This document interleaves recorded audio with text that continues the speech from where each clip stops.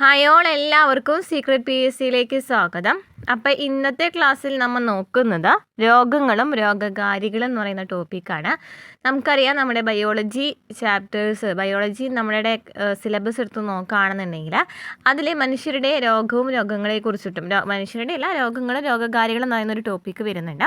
അപ്പോൾ ആ ഒരു ടോപ്പിക്ക് നമുക്ക് NCERT-യിൽ മനുഷ്യരുടെ ആരോഗ്യവും രോഗങ്ങളും എന്ന് പറയുന്നൊരു ഭാഗത്ത് വരുന്നുണ്ട്. അപ്പോൾ ഇതാണ് ഇന്നത്തെ ക്ലാസ്സിൽ നമ്മൾ നോക്കുന്നത്. അപ്പോൾ NCERT ചാപ്റ്ററാണ്. കുറച്ച് ഡീറ്റെയിൽ ആയിട്ടാണ് ഈ ഒരു ചാപ്റ്റർ പറയുന്നത്. നമുക്ക് പ്രധാനമായിട്ടും പഠിച്ചു വെച്ചിരിക്കുന്ന പോയിൻറ്റ്സ് ഇതിലൂടെ പഠിച്ചു പോകാം കേട്ടോ. അതുപോലെ തന്നെ നമ്മൾ സുവോളജി ഒരു ക്ലാസ് ചെയ്തിട്ടുണ്ടായിരുന്നു, ദഹനവും ആഗിരണവും. നമുക്ക് SCERT-യിൽ ആ ഒരു ഭാഗം വരുന്നുണ്ട്, NCERT-യിൽ നമുക്ക് പഠിക്കാനായിട്ടുണ്ട്. അപ്പോൾ അതും ഞാൻ ചെയ്തിട്ടുണ്ടായിരുന്നു, ക്ലാസ്സുകൾ കണ്ടുവെന്ന് വിചാരിക്കുന്നു. അതുപോലെ തന്നെ ഇനി വരുന്ന പരീക്ഷകൾക്ക് മുമ്പായിട്ട് NCERT കവർ ചെയ്യാനുള്ള ഒരു സീരീസ് നമ്മൾ സ്റ്റാർട്ട് ചെയ്തിട്ടുണ്ടായിരുന്നു. ഓരോ സിലബസ് ബേസ്ഡ് ആയിട്ട് ഓരോ ടോപ്പിക് ബേസ്ഡ് ആയിട്ടാണ് ക്ലാസ്സുകൾ പോകുന്നത്. നമ്മൾ ഓരോ ടോപ്പിക്കുമായി ബന്ധപ്പെട്ട് പഠിച്ചു വെച്ചിരിക്കേണ്ട പഴയ SCERT, പുതിയ SCERT, NCERT അത് മൂന്നും കൂടി ഉൾപ്പെടുത്തിയിട്ടാണ് നമ്മൾ ക്ലാസ്സുകൾ എടുക്കുന്നത്. ഏറ്റവും അവസാനം നമ്മൾ അതിൻ്റെ പ്രീവിയസ് ക്വസ്റ്റ്യൻ ആൻസേഴ്സും തരുന്നുണ്ട്. അതുപോലെ തന്നെ SCERT ചാപ്റ്റേഴ്സും NCERT ചാപ്റ്റേഴ്സും ഒക്കെ നമ്മൾ തരുന്നുണ്ട്. അതുപോലെ തന്നെ NCERT ചാപ്റ്റേഴ്സ് നമുക്ക് ഒരു നമ്മൾ എക്സാമിന് പോകുന്നതിന് മുമ്പ് തൊട്ട് പഠിച്ച് പോകാനായിട്ടുള്ള ചെറിയൊരു ക്യാപ്സ്യൂൾ നോട്ടുകൾ നമ്മൾ തന്നിട്ടുണ്ട്. അതുപോലെ തന്നെ ടെലഗ്രാം ഗ്രൂപ്പിൽ ജോയിൻ ചെയ്യാത്തവരുണ്ടെങ്കിൽ പോയി ജോയിൻ ചെയ്യുക. അതിൽ നമ്മൾ നോട്ട്സുകളൊക്കെ തരുന്നതായിരിക്കും കേട്ടോ. അപ്പോൾ ഇന്നത്തെ ക്ലാസ്സിൽ നമ്മൾ നോക്കുന്നത് +2 ബയോളജിയാണ്, +2 സുവോളജിയാണ്. സുവോളജിയിലെ 8ാമത്തെ ചാപ്റ്ററിൻ്റെ പേര് മനുഷ്യരുടെ ആരോഗ്യവും രോഗങ്ങളും എന്നാണ്. ഈ ഒരു ചാപ്റ്ററിൽ പ്രധാനമായിട്ടും പഠിക്കാനുള്ളത് രോഗങ്ങളെക്കുറിച്ചിട്ടും രോഗപ്രതിരോധത്തെക്കുറിച്ച്, എയ്ഡ്സ്, അതുപോലെ അർബുദം, ക്യാൻസറിനെ കുറിച്ചിട്ട്, മയക്കുമരുന്ന്, മദ്യം എന്നിവയുടെ ദുരുപയോഗത്തെക്കുറിച്ചിട്ടൊക്കെയാണ് ഈ ഒരു ചാപ്റ്ററിൽ പറയുന്നത്. നമുക്കറിയാം, നമ്മുടെ ജീവിതശൈലി രോഗങ്ങൾ എന്ന് പറയുന്നൊരു ടോപ്പിക്ക് നമുക്ക് വരുന്നുണ്ട് അല്ലേ. അപ്പോൾ ആ ഒരു ടോപ്പിക്ക് അതിൽ വരുന്ന പ്രധാനപ്പെട്ട രോഗങ്ങളൊക്കെ നമുക്ക് ഈ ഒരു ചാപ്റ്ററിൽ പഠിക്കാനായിട്ട് വരുന്നുണ്ട്. അപ്പോൾ ഇതിന് മുമ്പായിട്ട് നമ്മൾ SCERT ചാപ്റ്റേഴ്സ് ഇതുപോലെ ചെയ്തിട്ടുണ്ടായിരുന്നു. രോഗങ്ങളും രോഗകാര്യങ്ങളും വരുന്ന പഴയ SCERT-യും പുതിയ SCERT-യും കൂടി ഉൾപ്പെടുത്തിയിട്ടാണ് ക്ലാസ്സുകൾ തന്നിട്ടുണ്ടായിരുന്നത്. അതുപോലെ ജീവിതശൈലി രോഗങ്ങളും അതുപോലെ നമ്മൾ ചെയ്തിട്ടുണ്ടായിരുന്നു. ക്ലാസ്സുകൾ കണ്ടു എന്ന് വിചാരിക്കുന്നു കേട്ടോ. അപ്പോൾ ഇന്നത്തെ ക്ലാസ്സിലേക്ക് കിടക്കാം അല്ലേ. അപ്പോൾ ഈ ഒരു ടെക്സ്റ്റ് ബുക്ക് നോക്കുകയാണെന്നുണ്ടെങ്കിൽ അധികം ക്ലിയർ അല്ല, എന്നാലും ഞാൻ പരമാവധി ക്ലിയർ ആക്കിയിട്ട് ഞാൻ ക്ലാസ് തരാം. അതുപോലെ തന്നെ ഇത് പഠിച്ചതിന് ശേഷം ടെലഗ്രാം ഗ്രൂപ്പ് ഒന്ന് ചെക്ക് ചെയ്യുക. ഞാൻ ബയോളജി ടെക്സ്റ്റ് ബുക്ക് ഞാൻ അതിലേക്ക് ഫോർവേഡ് ചെയ്ത് തരാം. അപ്പോൾ ഇതിൽ പ്രധാനമായിട്ടും പഠിച്ചു വെച്ചിരിക്കേണ്ടത്, അത് കുറച്ച് ക്ലിയർ കുറവാണ്, എന്നാലും ഞാനത് ഫോർവേഡ് ചെയ്ത് തരാം കേട്ടോ. അപ്പോൾ ക്ലാസ്സിലേക്ക് കിടക്കാം അല്ലേ. അപ്പോൾ ആരോഗ്യത്തെ ബാധിക്കുന്ന പ്രധാനപ്പെട്ട ഘടകങ്ങൾ ഏതൊക്കെയാണ്? ജനിതക വൈകല്യങ്ങൾ, ജനന വൈകല്യങ്ങളും ജനിതക വൈകല്യങ്ങളും, പിന്നെ രോഗാണുബാധ, ജീവിതശൈലികൾ. ഇവ മൂന്നാണ് നമ്മുടെ ആരോഗ്യത്തെ പ്രധാനമായിട്ടും ബാധിക്കുന്ന ഘടകങ്ങൾ. ഇതിൽ ആരോഗ്യം എന്ന് വെച്ചാൽ എന്താണ്? ആരോഗ്യം എന്നത് വളരെ സാധാരണയായി ഉപയോഗിക്കുന്ന ഒരു പദമാണ്. ആരോഗ്യം എന്നർത്ഥമാക്കുന്നത് കേവലം രോഗമില്ലാത്ത അവസ്ഥ എന്നല്ല, മറിച്ച് ശാരീരികവും മാനസികവും സാമൂഹികവുമായ പൂർണ്ണ സുസ്ഥിതിയാണ് അല്ലേ. നമുക്ക് ആരോഗ്യം എന്ന് വെച്ചാൽ രോഗമില്ല എന്നല്ല പറയുക. എന്താണ്, നമ്മുടെ ശരീരത്തിൽ മാത്രമല്ല, നമ്മുടെ ശാരീരികം മാത്രമല്ല, മാനസികവും സാമൂഹികമായിട്ട് നമ്മൾ പൂർണ്ണസ്ഥിതി പ്രാപിക്കുന്നുണ്ടെങ്കിൽ മാത്രമാണ് നമ്മൾ ആരോഗ്യവാനെന്ന് പറയാനായിട്ട് പറ്റുള്ളൂ. ഇത് ഉൽപാദനക്ഷമത വർദ്ധിപ്പിക്കുകയും തൽഫലമായി സാമ്പത്തിക പുരോഗതി ഉണ്ടാവുകയും ചെയ്യുന്നു. ആരോഗ്യം ജനതയുടെ ആയുർദൈർഘ്യം വർദ്ധിപ്പിക്കുകയും മാതൃശിശു മരണനിരക്ക് കുറയ്ക്കുകയും ചെയ്യുന്നു അല്ലേ. ആരോഗ്യം ആയുർദൈർഘ്യം വർദ്ധിപ്പിക്കുന്നുണ്ട്, അതുപോലെ തന്നെ മരണനിരക്കുകളൊക്കെ വളരെ കുറയ്ക്കുന്നുണ്ട് അല്ലേ.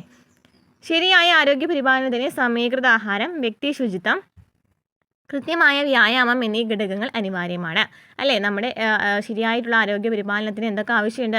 സമീകൃത ആഹാരം ആവശ്യമുണ്ട്, വ്യക്തി ശുചിത്വം വേണം അല്ലേ, അതുപോലെ തന്നെ കൃത്യമായിട്ടുള്ള വ്യായാമവും വേണം. ശാരീരികവും മാനസികവുമായ ആരോഗ്യം നേടിയെടുക്കുന്നതിനായിട്ട് യോഗ പോലെയുള്ള വ്യായാമ മുറകൾ നമ്മൾ ചെയ്തു വരണം. അതുപോലെ തന്നെ വിവിധ തരം രോഗങ്ങൾ, ഇവ ശരീരധർമ്മങ്ങളെ ബാധിക്കുന്ന വിധം, പകർച്ചവ്യാധികൾക്കെതിരെയുള്ള പ്രതിരോധം, ശരിയായ മാലിന്യ നിർമ്മാർജ്ജനം, രോഗകാരികളുടെ നിയന്ത്രണം, ആഹാര പദാർത്ഥങ്ങളുടെയും ജലസ്രോതസ്സുകളുടെയും ശുചിത്വം എന്നിവയെക്കുറിച്ചുള്ള ബോധവൽക്കരണം ആരോഗ്യ പരിപാലനത്തിന് അത്യന്താപേക്ഷിതമാണ്. നമുക്ക് രോഗാവസ്ഥ സംജാതമാകുമ്പോൾ ശരീരത്തിലെ ഒന്നോ അതിലധികമോ അവയവങ്ങളുടെയോ അവയവ വ്യവസ്ഥകളുടെയോ പ്രവർത്തനങ്ങൾ തടസ്സപ്പെടുന്നതിൻ്റെ ഫലമായി പലതരത്തിലുള്ള സൂചനകളും ലക്ഷണങ്ങളും ശരീരം പ്രകടമാക്കുന്നു. അതായത് നമുക്ക് എന്തെങ്കിലും രോഗം വരാണെന്നുണ്ടെങ്കിൽ നമ്മുടെ ശരീരത്തിൽ അതിൻ്റേതായിട്ടുള്ള മാറ്റങ്ങൾ കാണാനായിട്ട് സാധിക്കും അല്ലേ. രോഗങ്ങളെ പ്രധാനമായിട്ടും പകരുന്ന രോഗങ്ങളെന്നും പകരാത്ത രോഗങ്ങളെന്നും ഡിവൈഡ് ചെയ്യാം. ഒരാളിൽ നിന്ന് മറ്റൊരാളിലേക്ക് പകരുന്ന രോഗങ്ങളെ എന്തെന്ന് വിളിക്കുന്നു? പകർച്ചവ്യാധികൾ എന്ന് പറയുന്നു അല്ലേ. നമ്മൾ SCERT എടുത്ത് പറഞ്ഞിട്ടുണ്ടായിരുന്നു അല്ലേ. പകർച്ചവ്യാധികൾ എന്ന് വെച്ചാൽ എന്താണ്? ഒരാളിൽ നിന്നും മറ്റൊരാളിലേക്ക് പകരുന്ന രോഗങ്ങളെയാണ് പകർച്ചവ്യാധികൾ എന്ന് പറയുന്നത്. പകർച്ചവ്യാധികൾ സർവ്വസാധാരണവും നമ്മളിൽ ഓരോരുത്തർക്കും പലപ്പോഴായിട്ട് വരുന്നതാണ്. പനിയൊക്കെ എന്താണ്? പകർച്ചവ്യാധിയാണ് അല്ലേ. എയ്ഡ്സ് പോലുള്ള ചില പകരുന്ന രോഗങ്ങൾ മാരകമാണ്. എന്നാൽ എയ്ഡ്സ് ഒക്കെ ആണെന്നുണ്ടെങ്കിൽ അത് കുറച്ച് മാരകമായിട്ടുള്ള രോഗങ്ങളാണ്. അതെന്താണ്? അപകടകരമാണ് അല്ലേ. ഇനി പകരാത്ത രോഗങ്ങളിൽ മരണകാരണമായ ഒരു രോഗമാണ് ക്യാൻസർ എന്ന് പറയുന്നത്. പകരാത്ത രോഗമാണ് ക്യാൻസർ. പക്ഷെ അതെന്താണത് കുറച്ചും കൂടി ഡേഞ്ചറസ് ആയിട്ടുള്ള രോഗമാണ് അല്ലേ. മയക്കുമരുന്നിനെയും മദ്യത്തിനെയും ദുരുപയോഗവും നമ്മുടെ ആരോഗ്യത്തെ പ്രതികൂലമായി ബാധിക്കുന്നുണ്ട്. ഇനി മനുഷ്യരിൽ സാധാരണ കാണുന്ന രോഗങ്ങൾ: ബാക്ടീരിയ, വൈറസുകൾ, ഫംഗസുകൾ, പ്രോട്ടോസോവകൾ, വിരകൾ മുതലായ വിഭാഗത്തിൽപ്പെട്ട പലതരം ജീവികൾ മനുഷ്യരിൽ രോഗങ്ങൾക്ക് കാരണമാകുന്നുണ്ട് അല്ലേ. ബാക്ടീരിയ, വൈറസ്, ഫംഗസ്, പ്രോട്ടോസോവ അതുപോലെ തന്നെ വിരകളൊക്കെ എന്താണ്? മനുഷ്യരിൽ രോഗത്തിന് കാരണമാകുന്നതാണ് അല്ലേ. ഇനി ഇവയാണ് എന്ന് വിളിക്കുന്ന രോഗകാരികൾ എന്ന് പറയുന്നത്. അപ്പോൾ ഇങ്ങനെ നമുക്ക് മനുഷ്യരിൽ രോഗങ്ങൾക്ക് കാരണമാകുന്ന സൂക്ഷ്മാണുക്കളെയാണെന്ന് വിളിക്കുന്ന രോഗകാരികൾ എന്ന് വിളിക്കുന്നത്. ആതിഥേയ ജീവികളുടെ ശരീരത്തിനകത്തോ പുറത്തോ ജീവിച്ചുകൊണ്ട് അവർക്ക് ഉപദ്രവം ഉണ്ടാക്കുന്നതിനാൽ എല്ലാ പരാദങ്ങളും രോഗകാരികളാണ്.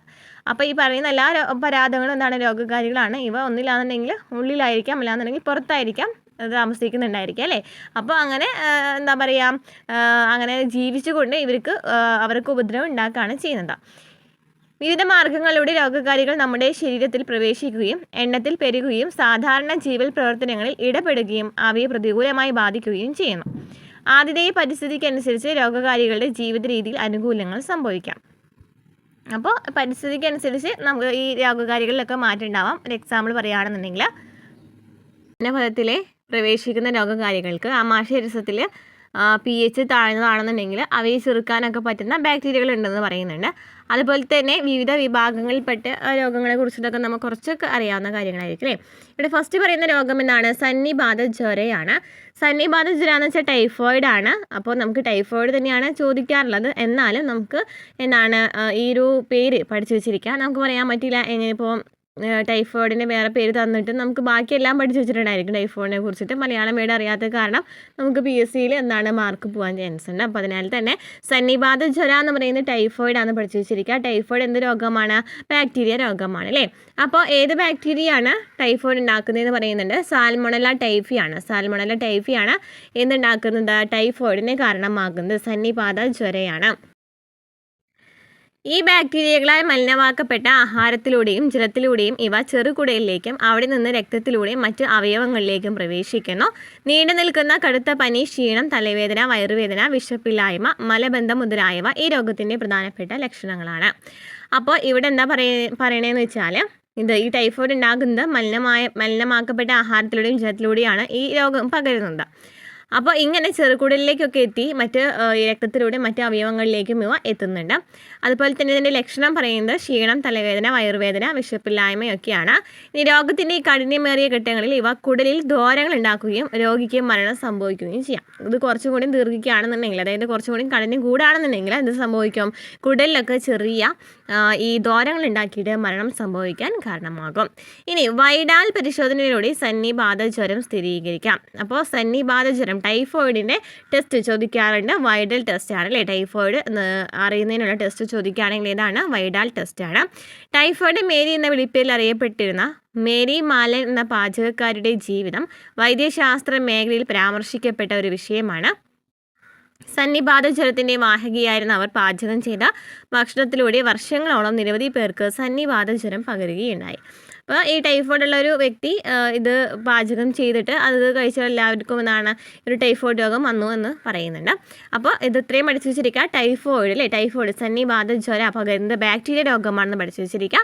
മലിനമാക്കപ്പെട്ട ആഹാരത്തിലൂടെയും ജലത്തിലൂടെയും ഒക്കെയാണ് ഇവ ചെറുകുടലിലേക്ക് പോയിട്ട് അതുപോലെ തന്നെ രക്തത്തിലൂടെ മറ്റ് അവയവങ്ങളിലേക്കൊക്കെ എത്തുന്നുണ്ട്.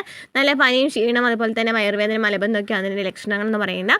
അതിനെ പരിശോധിക്കുന്ന ടെസ്റ്റ് ചോദിക്കുകയാണെങ്കിൽ ഇതാണ് വൈഡൽ ടെസ്റ്റ് ആണ്. ക്ലിയർ ആണല്ലോ. ഇനി നെക്സ്റ്റ് രോഗമാണ് ന്യൂമോണിയ.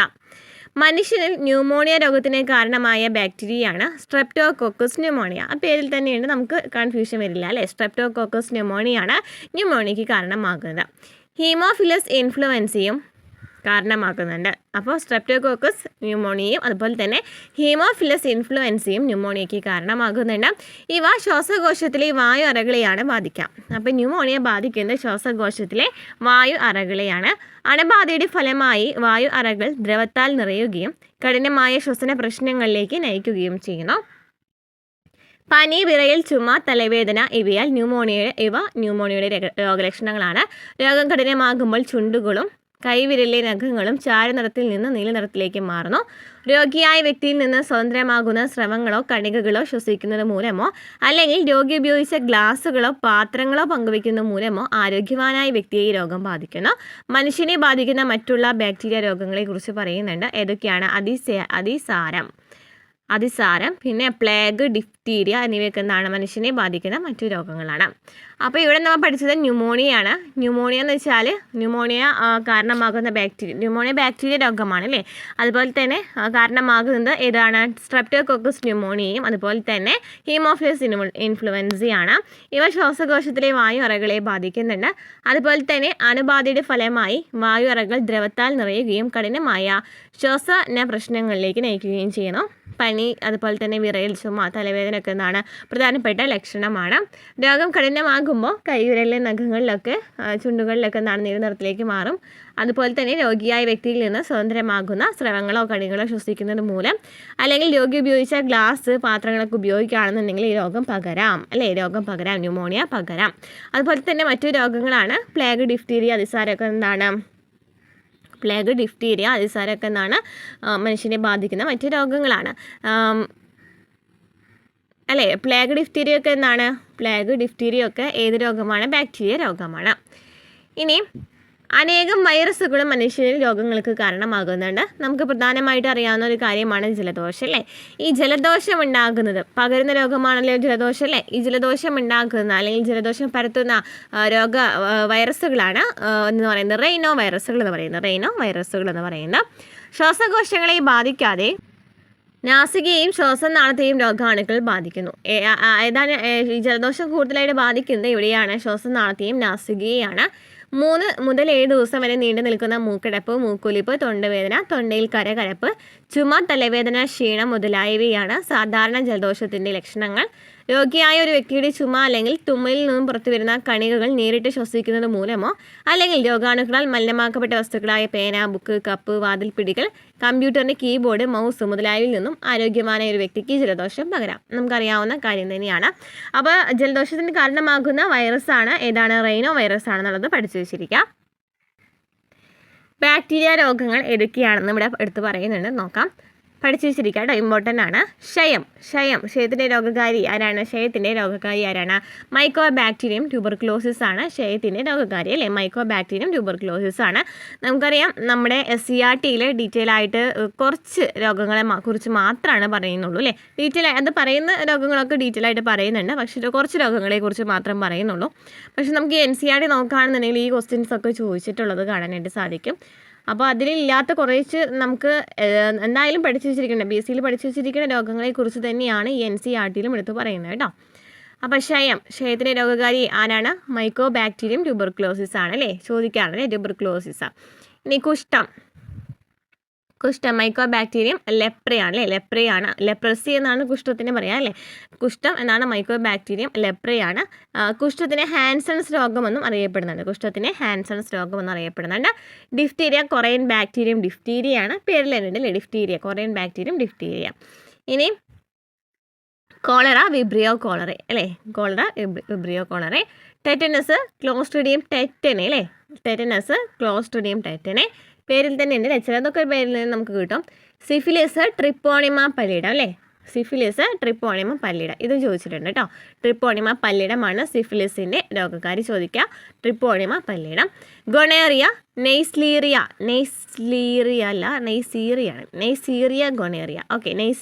ഗൊണേറിയ. ഇനി ക്ലാമിഡിയാസിസ്, ക്ലാമിഡിയ ട്രൈക്കോമാറ്റിസ് അതും ആ പേരിലുണ്ട്. ഗൊണേറിയ ഉണ്ട്.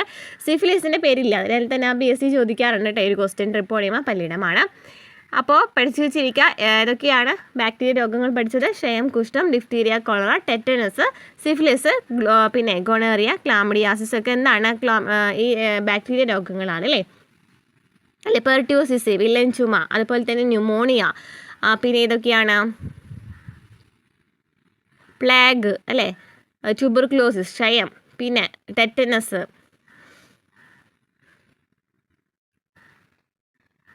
ഡിഫ്തീരിയ അല്ലേ, പിന്നെ ലെപ്രസി കുഷ്ഠം അല്ലേ.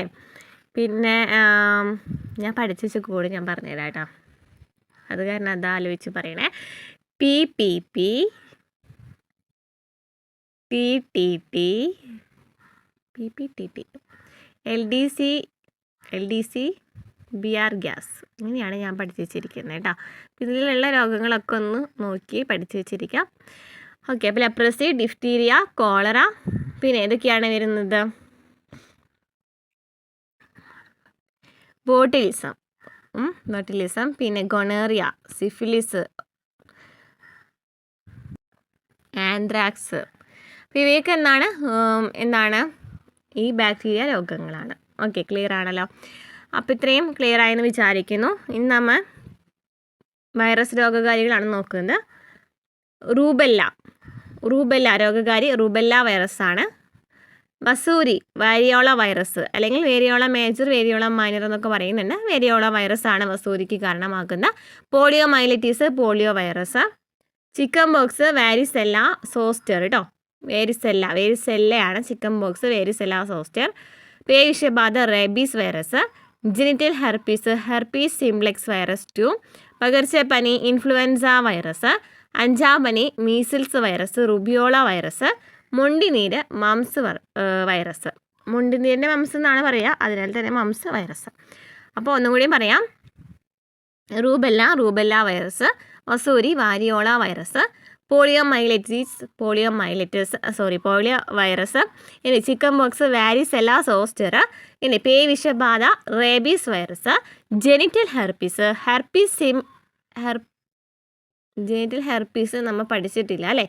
ഓക്കെ, അപ്പോൾ നോട്ട് ചെയ്യാം. ജെനിറ്റൽ ഹെർപ്പീസ് എന്നാണ് ഒരു വൈറസ് രോഗമാണ്. Genital herpes simplex virus 2. പകർച്ചപ്പനി, ഇൻഫ്ലുവൻസ വൈറസ്. അഞ്ചാം പനി, മീസിൽസ് വൈറസ്. മുണ്ടിനീര്, മംസ് വൈറസ്. ഇവിടെ വാരിയോള വൈറസ് വസൂരിയാണ്. വാരിസെല്ല വൈറസ് ചിക്കൻ ബോക്സ് ആണ്. അതുപോലെ തന്നെ പിന്നെ ഏതാ പേര് ഏകദേശം സെയിം ആയിട്ട് വരുന്നത്? പിന്നെ മീസിൽസ് വൈറസ് അഞ്ചാം പനി. ഓക്കെ, ക്ലിയർ ആണല്ലോ. വേരിയോള, വസൂരി, വേരിസെല്ല, ചിക്കൻ ബോക്സ്. നെക്സ്റ്റ്, മനുഷ്യരിലെ ചില രോഗങ്ങൾ ഏകകോശ ജീവികളിലൂടെ, അതായത് പ്രോട്ടോസോവ വഴി പകരുന്ന രോഗങ്ങളുണ്ട് അല്ലേ. അനേകം വർഷങ്ങളായി മനുഷ്യർ പോരാടിക്കൊണ്ടിരിക്കുന്ന മലമ്പനിയെക്കുറിച്ച് നിങ്ങൾ കേട്ടിട്ടുണ്ടായിരിക്കും. മലമ്പനിക്ക് കാരണമാകുന്നത് പ്ലാസ്മോഡിയമാണ് അല്ലേ. പ്ലാസ്മോഡിയത്തിൻ്റെ വിവിധ സ്പീഷീസുകളായിട്ടുള്ള പ്ലാസ്മോഡിയം മൈവേക്സ്, പ്ലാസ്മോഡിയം മൈലേറിയ, പ്ലാസ്മോഡിയം ഫൗൾസിപാരം വിവിധ തരം മലമ്പനിക്ക് കാരണമാകുന്നുണ്ട്. ഇതിൽ മാരകമായ മലമ്പനിക്ക് കാരണമാകുന്നത് പ്ലാസ്മോഡിയം ഫാൾസിപാരമാണ്. അതായത് പ്ലാസ്മോഡിയം രോഗമാണ് എന്ന് പറയുന്നത് നമ്മുടെ മലമ്പനി എന്ന് പറയുന്നത്. ഓക്കെ, അപ്പോൾ ഈ പ്ലാസ്മോഡിയത്തിൽ പല രോഗകാരികളുണ്ട്. പ്ലാസ്മോഡിയം മൈവേക്സ് ഉണ്ട്, മലേറിയ ഉണ്ട്, പ്ലാസ്മോഡിയം ഫാൾസിപാരം ഉണ്ട്. ഇതിൽ ഏറ്റവും കൂടുതൽ രോഗങ്ങൾക്ക് അല്ലെങ്കിൽ മാരകമായ മലമ്പനിക്ക് കാരണമാകുന്നതെന്ന് ചോദിക്കുകയാണെങ്കിൽ പ്ലാസ്മോഡിയം ഫാൾസിപാരമാണ്. ക്ലിയർ ആണെന്ന് വിചാരിക്കുന്നു. ഇനി പ്ലാസ്മോഡിയത്തിൻ്റെ ജീവിതചക്രത്തിലെ വിവിധ ഘട്ടങ്ങളെ കുറിച്ച് പറയുന്നുണ്ട്. ജസ്റ്റ് ഒന്ന് വായിച്ചു വെച്ചാൽ മതി.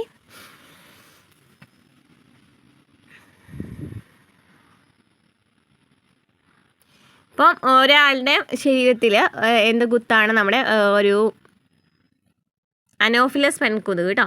അനോഫിലസ് പെൺകൊതുക് കുത്തുമ്പോൾ പ്ലാസ്മോഡിയത്തിൻ്റെ രോഗം പകർത്തുന്ന രൂപമായ സ്പോറോസോയിറ്റുകൾ മനുഷ്യ ശരീരത്തിലേക്ക് പ്രവേശിക്കുന്നു. അതായത് കൊതുക് കുത്തുമ്പോൾ എന്ത് സംഭവിക്കാം? പ്ലാസ്മോഡിയത്തിൻ്റെ രോഗം പകർത്തുന്ന രൂപമായിട്ടുള്ള സ്പോറോസോയിറ്റുകൾ നോക്കിയാൽ ഇതാണ് നമ്മുടെ സ്പോറോസൈറ്റ്. ഈ സ്പോറോസൈറ്റ് രക്തത്തിലൂടെ കരളിലേക്ക് എത്തുന്നുണ്ട്.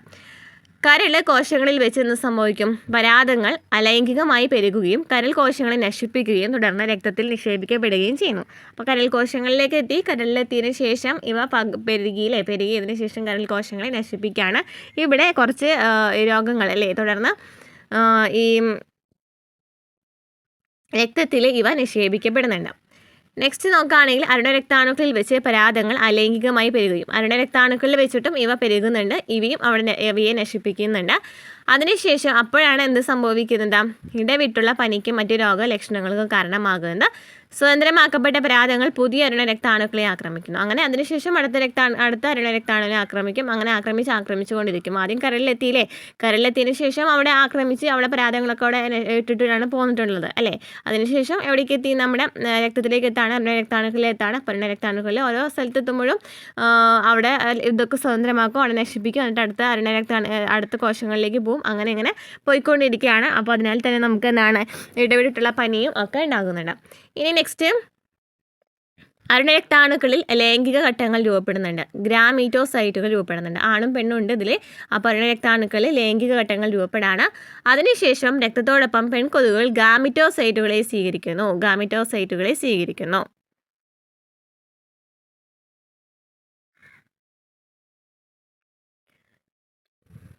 രക്തത്തോടൊപ്പം പെൺകൊതുകുകൾ ഗാമിറ്റോസൈറ്റുകളെ സ്വീകരിക്കുന്നു. ബീജസംയോഗവും വികാസവും കൊതുകിൻ്റെ അന്നനാളത്തിൽ വെച്ചിട്ടാണ് നടക്കുന്നത്. അന്നനാളത്തിൽ വെച്ചിട്ടാണ് ഈ ബീജസംയോഗം നടക്കുന്നത്. അതിനുശേഷം എന്ത് സംഭവിക്കും? ഉമിനീർ ഗ്രന്ഥിയെ പോയിട്ട് നശിപ്പിക്കുന്നുണ്ട് അല്ലേ. ഉമിനീർ ഗ്രന്ഥിയെ നശിപ്പിക്കുന്നുണ്ട്. പൂർണ്ണ വളർച്ചയിലെത്തിയ രോഗം പരത്തുവാൻ കഴിവുള്ളതുമായിട്ടുള്ള സ്പോറോസൈറ്റുകൾ കൊതുകിൻ്റെ അന്നനാളത്തിൽ നിന്നും ഉമിനീർ ഗ്രന്ഥിയിലേക്ക് എത്തുന്നു. ഉമിനീർ ഗ്രന്ഥിയിലേക്ക് പിന്നീട് എത്താണ്. അതിനുശേഷം കൊതുക് മറ്റൊരാളെ കുത്തുമ്പോൾ സ്പോറോസൈറ്റുകൾ മനുഷ്യ ശരീരത്തിലേക്ക് കടക്കുന്നു. എന്താണ്? കൊതുക് എന്നിട്ട് വേറൊരാളെ കുത്തുമ്പോൾ ഈ സ്പോറോസൈറ്റുകൾ വേറൊരു ശരീരത്തിലേക്ക് കടക്കുകയാണ് ചെയ്യുന്നത്. ഇങ്ങനെയാണ് നമ്മുടെ ഈ പ്ലാസ്മോഡിയത്തിൻ്റെ ജീവിതചക്രത്തെക്കുറിച്ച് പറയുന്നത്. ആദ്യം തന്നെ കരളിലേക്ക് എത്തി, അവിടെ നശിപ്പിച്ചു. അതിനുശേഷം അരുണരക്താണുക്കളിലെത്തിയതിനു ശേഷം ഇവ ലൈംഗിക ഘട്ടങ്ങൾ രൂപപ്പെടുന്നുണ്ട്. അങ്ങനെ അന്നനാളത്തിൽ വെച്ചിട്ട് അല്ലേ നടക്കുന്നുണ്ട്, ബീജസംയോഗം നടക്കുന്നുണ്ട്. അതിനുശേഷം എന്ത് സംഭവിക്കും? ഈ സ്പോറോസൈറ്റുകൾ പൂർണ്ണ വളർച്ചയിലെത്തിയതിനു ശേഷം അടുത്ത ഉമിനീരിനെ ആക്രമിക്കുന്നുണ്ട് അല്ലേ. ഉമിനീരിനെ ആക്രമിക്കില്ല, ഉമിനീരിലേക്ക് എത്തുന്നുണ്ട്, ഉമിനീർ ഗ്രന്ഥിയിലേക്ക് എത്തുന്നുണ്ട്. അങ്ങനെ അത് മറ്റു ആൾക്കാരെ കുത്തുമ്പോൾ ഈ സ്പോറോസൈറ്റുകൾ അവരുടെ ശരീരത്തിലേക്ക് പ്രവേശിക്കുകയാണ് ചെയ്യുന്നത്. അപ്പോൾ പ്ലാസ്മോഡിയത്തിൻ്റെ ജീവിതചക്രം പൂർത്തിയാകണമെന്നുണ്ടെങ്കിൽ ആൺകൊതുകും വേണം, പെൺകൊതുകും വേണം അല്ലേ. അവിടെ അല്ലേ ബീജസംയോഗം നടക്കുന്നത് നമ്മൾ കണ്ടു. അപ്പോൾ ആദ്യത്തേത് ചോദിക്കുകയാണെങ്കിൽ മനുഷ്യജീവിയും കൊതുകും അത്യാവശ്യമാണ്. അനോഫിലിസ് പെൺകൊതുകുകളാണ് രോഗാണുവാഹകരായിട്ട് വർത്തിക്കുന്നത്. Next, amoebiasis. എന്താണ് അമീബിയാസിസ്? അമീബിയാസിസ് എന്ന രോഗത്തിന് കാരണമാകുന്നത് എൻഡമീബ ഹിസ്റ്റോളിക്കാണ്. ഇതെന്താണ്? പ്രോട്ടോസോവ വിഭാഗം തന്നെയാണ് അല്ലേ. ഇവ മനുഷ്യൻ്റെ വൻകുടലിലാണ് ഈ പരാതങ്ങൾ കാണപ്പെടുന്നത്. മലബന്ധം, ഉദരവേദന, സന്ധിവേദന, കഫവും രക്തവും അടങ്ങിയ മലം എന്നിവയാണ് ഈ രോഗത്തിൻ്റെ ലക്ഷണങ്ങൾ. ഈ പരാതങ്ങളെ രോഗാണുബാധിതനായ ഒരു വ്യക്തിയുടെ വനത്തിൽ നിന്നും ഭക്ഷണത്തിലേക്കോ ഭക്ഷ്യോൽപ്പന്നങ്ങളിലേക്കോ വ്യാപിപ്പിച്ച് അവയെ മലിനമാക്കുന്ന യാന്ത്രിക വാഹകരായി ഈച്ചകൾ വർത്തിക്കുന്നു. ഈച്ചകളാണ് അവിടെ പരാതം നടത്തുന്നത്. ഇത്തരം വിസർജ്യ വസ്തുക്കളാൽ മലിനമായ കുടിവെള്ളവും ഭക്ഷണവും രോഗാണുബാധയുടെ പ്രധാനപ്പെട്ട ഉറവിടങ്ങളാണ്. അപ്പോൾ ഈ രോഗം വരുന്നത് എന്താണ്? മലിനമായിട്ടുള്ള ജലം അതുപോലെ തന്നെ ഭക്ഷണത്തിലൂടെ തന്നെയാണ്. അപ്പോൾ അമീബിയാസിസ് എന്ന് പറയുന്ന രോഗത്തിന് കാരണമാക്കുന്നത് എൻഡമീബ ഹിസ്റ്റോളിക് എന്ന് പറയുന്ന പ്രോട്ടോസോവ ആണെന്ന് മനസ്സിലാക്കി വെച്ചിരിക്കാം. നെക്സ്റ്റ്, അസ്കാരിസിസ് എന്ന് വെച്ചാൽ നോക്കാം. സാധാരണ ഉരുണ്ട വിരയായ അസ്കാരിസ് ഫൈലിയറിൽ വിരയായ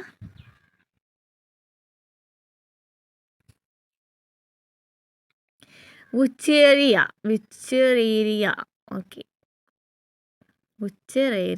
എന്നിവയാണ് മനുഷ്യരിലെ രോഗകാരികളായ ഹെൽമിന്തുകൾ. അസ്കാരിസിസ് എന്ന് പറയുന്ന രോഗത്തിന് കാരണമാക്കുന്ന ഹെൽമിന്ത്. അപ്പോൾ ഹെൽമിന്തസ് ഒക്കെ പഠിച്ചിട്ടുണ്ടായിരിക്കും അല്ലേ. അപ്പോൾ അസ്കാരിസ്, ഫൈലിയറിൽ ഇരയായിട്ടുള്ള അതുപോലെ തന്നെ വിച്ചറേറിയ എന്നിവയാണ് മനുഷ്യരിലെ രോഗകാരികളായിട്ടുള്ള ഹെൽമിന്തുകൾ. അപ്പോൾ ഹെൽമിന്തുകൾ ഏതൊക്കെയാണെന്ന് ചോദിക്കുകയാണെന്നുണ്ടെങ്കിൽ അസ്കാരിസും വിച്ചറേറിയാണ്.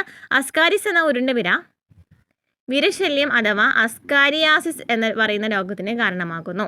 അപ്പോൾ അസ്കാരിയാസിസ് എന്ന് പറയുന്ന രോഗത്തിന് കാരണമാകുന്നു. ആന്തരിക രക്തസ്രാവം, പേശീവേദന, പനി, വിളർച്ച, കുടൽപ്പാളിയിലെ തടസ്സങ്ങൾ എന്നിവയാണ് രോഗത്തിൻ്റെ ലക്ഷണങ്ങൾ. രോഗബാധിതനായ വ്യക്തിയുടെ മലത്തോടൊപ്പം ഈ പരാതങ്ങളുടെ മുട്ടകൾ വിസർജിക്കപ്പെടുന്നു. ഇവ മണ്ണ്, ജലം, സസ്യങ്ങൾ എന്നിവയെ മലിനമാക്കപ്പെട്ട ജലം, പച്ചക്കറികൾ, പഴവർഗ്ഗങ്ങൾ എന്നിവയിലൂടെ ആരോഗ്യവാനായ ഒരു വ്യക്തിയിലേക്ക് ഈ രോഗം പകരുന്നു. അപ്പോൾ ഇതും എന്താണ്? മലിനമാക്കപ്പെട്ട ഈ ജലം, പച്ചക്കറികൾ, പഴവർഗ്ഗങ്ങളിലൂടെ തന്നെയാണ് പകരുന്നത് അല്ലേ. മണ്ണ്, ജലം, സസ്യങ്ങളൊക്കെ ഇവ മലിനമാക്കുന്നുണ്ടെന്ന് മനസ്സിലായി. അപ്പോൾ അസ്കാരിയാസിസ് എന്ന് പറയുന്ന ഒരു വിര അസ്കാരിയാസിസ് എന്ന് പറയുന്ന രോഗത്തിനാണ്. നെക്സ്റ്റ്, ഉച്ചരേറിയ ബാൻക്രാഫ്റ്റ്, ഉച്ചരേറിയ മലായി എന്ന ഫൈലിയർ വിരകൾ വളരെ കാലം ആന്തരാവയവങ്ങൾക്കിടയിലുള്ള ലിംഫ് വാഹികളിൽ ജീവിക്കുകയും അവയ്ക്ക് വീക്കം ഉണ്ടാക്കുകയും ചെയ്യുന്നു. അപ്പോൾ ലിംഫ് വാഹികളിലാണ് ഉച്ചരേറിയ ഉണ്ടാക്കുന്നതെന്ന് പഠിച്ചു വെച്ചിരിക്കുക. ലിംഫ് വാഹികളിലാണ് ഉച്ചരേറിയ ലിംഫ് വാഹികളിൽ ആണ് ജീവിക്കുന്നത്. അവിടെ തന്നെയാണ് വീക്കം ഉണ്ടാക്കുന്നത്. നെക്സ്റ്റ്, കാലുകളിലെ ലസിക നാളിയിലാണ് ഈ വീക്കം കാണപ്പെടുന്നത്. ഈ രോഗത്തിനെ മന്ത് എന്ന് വിളിക്കുന്നു. അപ്പോൾ മന്ത് എന്ന് വിളിക്കുന്നത് എന്തിനെയാണ്? ഈ കാലുകളിൽ ഈ ലസിക നാളികളിൽ കാണപ്പെടുന്ന വീക്കൊക്കെ കാണപ്പെടുന്നുണ്ട്. ഇവയാണ് മന്ത് എന്ന് വിളിക്കുന്നത്. ഈ രോഗം വൃഷ്ണങ്ങളിലും മറ്റു ബാധിച്ച് അവയ്ക്ക് വലിയ വൈരൂപ്യം ഉണ്ടാക്കുന്നു. ക്യൂലെക്സ് പെൺകൊതുകളാണ് മന്തുരോഗം പരത്തുന്നത്. അപ്പോൾ മന്തുരോഗം പരത്തുന്നത് ആരാണ്? ക്യൂലെക്സ് പെൺകൊതുകാണ്. പഠിച്ചു വെച്ചിരിക്കുക. ക്യൂലെക്സ് പെൺകൊതുകാണ് മന്തുരോഗം അല്ലേ. മലമ്പനി നമ്മൾ പറഞ്ഞു അനോഫിലസ് പെൺകൊതുകാണെന്നുള്ളത്. ക്യൂലെക്സ് പെൺകൊതുകാണ് മന്തുരോഗം പരത്തുന്നത്. അതുപോലെ തന്നെ ഇവ കാലുകളിൽ ലസിക നാളിയിലാണ് കൂടുതലായിട്ട് വീക്കം കാണപ്പെടുന്നത്. ഇത് മറ്റു പല ഭാഗങ്ങളെയും ബാധിക്കുന്നുണ്ട് അല്ലേ. നെക്സ്റ്റ്, മനുഷ്യരിൽ കാണപ്പെടുന്ന മറ്റൊരു സാംക്രമിക രോഗമാണ് വട്ടച്ചൊറി അല്ലേ. വട്ടച്ചൊറി എന്ന് പറയുന്നത് ഒരു ഫംഗസ് രോഗമാണ്. ഈ രോഗത്തിന് കാരണം റിംഗ് വേം ഈ രോഗത്തിന് കാരണം മൈക്രോസ്പോറം, ട്രൈക്കോഫൈറ്റോൺ, എപ്പിഡെർമോഫൈറ്റോൺ എന്നീ ജനുസിൽപ്പെട്ട ഫംഗസുകളാണ്. അപ്പോൾ ഏതൊക്കെ ഫംഗസുകളാണ്? മൈക്രോസ്പോറം, ട്രൈക്കോഫൈറ്റോൺ, എപ്പിഡെർമോഫൈറ്റോൺ എന്ന് പറയുന്ന ജനുസിൽപ്പെട്ട ഫംഗസുകളാണ്. ശരീരത്തിൻ്റെ വിവിധ ഭാഗങ്ങളിൽ പ്രത്യേകിച്ച് ത്വക്ക്, നഖം, തലയോട് എന്നിവിടങ്ങളിൽ ഉണങ്ങി വരണ്ട ശൽക്കങ്ങൾ കാണപ്പെടുന്നതാണ് ഈ രോഗത്തിൻ്റെ പ്രധാന ലക്ഷണം. ഇവയ്ക്ക് ചുറ്റും തീവ്രമായ ചൊറിച്ചിൽ അനുഭവപ്പെടുന്നു. ചൂടും ഈർപ്പവും ഈ ഫംഗസുകളുടെ വളർച്ചയ്ക്ക് സഹായകമാക്കുന്നു. ഇവ ത്വക്കിൻ്റെ മടക്കുകളിലും കാൽവിരലുകളുടെ ഇടയിലും വളരെ പെട്ടെന്ന് പെരുകുന്നു. രോഗാണുബാധിതരായ വ്യക്തികൾ ഉപയോഗിച്ച വസ്ത്രങ്ങളും മറ്റും ഉപയോഗിക്കുന്നതിലൂടെയും ഈ ഫംഗസിൻ്റെ സാന്നിധ്യമുള്ള മണ്ണിൽ കൂടിയും രോഗബാധ ഉണ്ടാക്കാം അല്ലേ. അപ്പോൾ എന്താണ് ഈ ഒരു വട്ടച്ചൊറി എന്ന് പറയുന്നത് അല്ലേ. വട്ടച്ചൊറി എന്ന് വെച്ചാൽ ചൊറിച്ചിൽ ഉണ്ടാകുന്നതാണ്. അപ്പോൾ വട്ടച്ചൊറി എന്ന് പറയുന്നതാണ് ഈ ചെറിയ ത്വക്ക് അതുപോലെ ഇടുങ്ങിയ സ്ഥലങ്ങളിലേക്കാണ് കൂടുതലായിട്ട് കാണപ്പെടുക. വരണ്ട ശൽക്കങ്ങളായിട്ടാണ് കാണപ്പെടുക. അതിനുശേഷം ഇത് മറ്റു ഭാഗങ്ങളിലേക്കും വരും. എന്നിട്ട് ചൊറിച്ചിലൊക്കെ വരുന്ന രോഗമാണ് അല്ലേ. ഇത് ഇപ്പോൾ ഒരു ആൾ ധരിച്ച വസ്ത്രം മറ്റൊരാൾ ധരിക്കുകയാണെന്നുണ്ടെങ്കിലൊക്കെ ഈ രോഗം പകരാം. അതായത് സ്പർശനത്തിലൂടെ പകരുന്ന രോഗമാണെന്ന് പറയുന്നത് വട്ടച്ചൊറി എന്ന് പറയുന്നത്. പകർച്ചവ്യാധികൾ തടയുന്നതിനും നിയന്ത്രിക്കുന്നതിനും വ്യക്തി ശുചിത്വം പാലിക്കേണ്ടത് വളരെ പ്രധാനമാണ്. ശരീരം ശുചിയായി സൂക്ഷിക്കുക. ശുദ്ധമായ കുടിവെള്ളം, ഭക്ഷണം, പച്ചക്കറികൾ, പഴവർഗ്ഗങ്ങൾ മുതലായവ ഉപയോഗിക്കുക. മാലിന്യങ്ങളുടെയും വിസർജ്യ വസ്തുക്കളുടെയും ശരിയായ രീതിയിലുള്ള നിർമ്മാർജ്ജനം. പിന്നെ ജലസംഭരണികൾ, കുളങ്ങൾ, ടാങ്കുകൾ എന്നിവയുടെ വൃത്തിയാക്കലും അണുവിമുക്തമാക്കൽ. പിന്നെ പൊതുസ്ഥലങ്ങളിൽ ശുചിത്വശീലങ്ങൾ പാലിക്കപ്പെടാം. നമുക്കറിയാവുന്ന കാര്യങ്ങളൊക്കെ തന്നെയാണ് അല്ലേ. ഭക്ഷണത്തിലൂടെയും ജലത്തിലൂടെയും പകർന്ന പകർച്ചവ്യാധികൾ നമ്മൾ എന്തൊക്കെ പറഞ്ഞത്? ടൈഫോയിഡും വയറിളക്കം, ആസ്കാരിയാസിസ് എന്നിവയൊക്കെ ഭക്ഷണത്തിലൂടെയും ജലത്തിലൂടെയും പകരുന്ന രോഗങ്ങളാണ്. ടൈഫോയിഡും വയറിളക്കവും അസ്കാരിയാസിസും. നമുക്ക് ചോദിക്കാം, ഈ ഒരു ക്വസ്റ്റ്യൻ ചോദിക്കാവുന്ന ക്വസ്റ്റ്യനാണ്.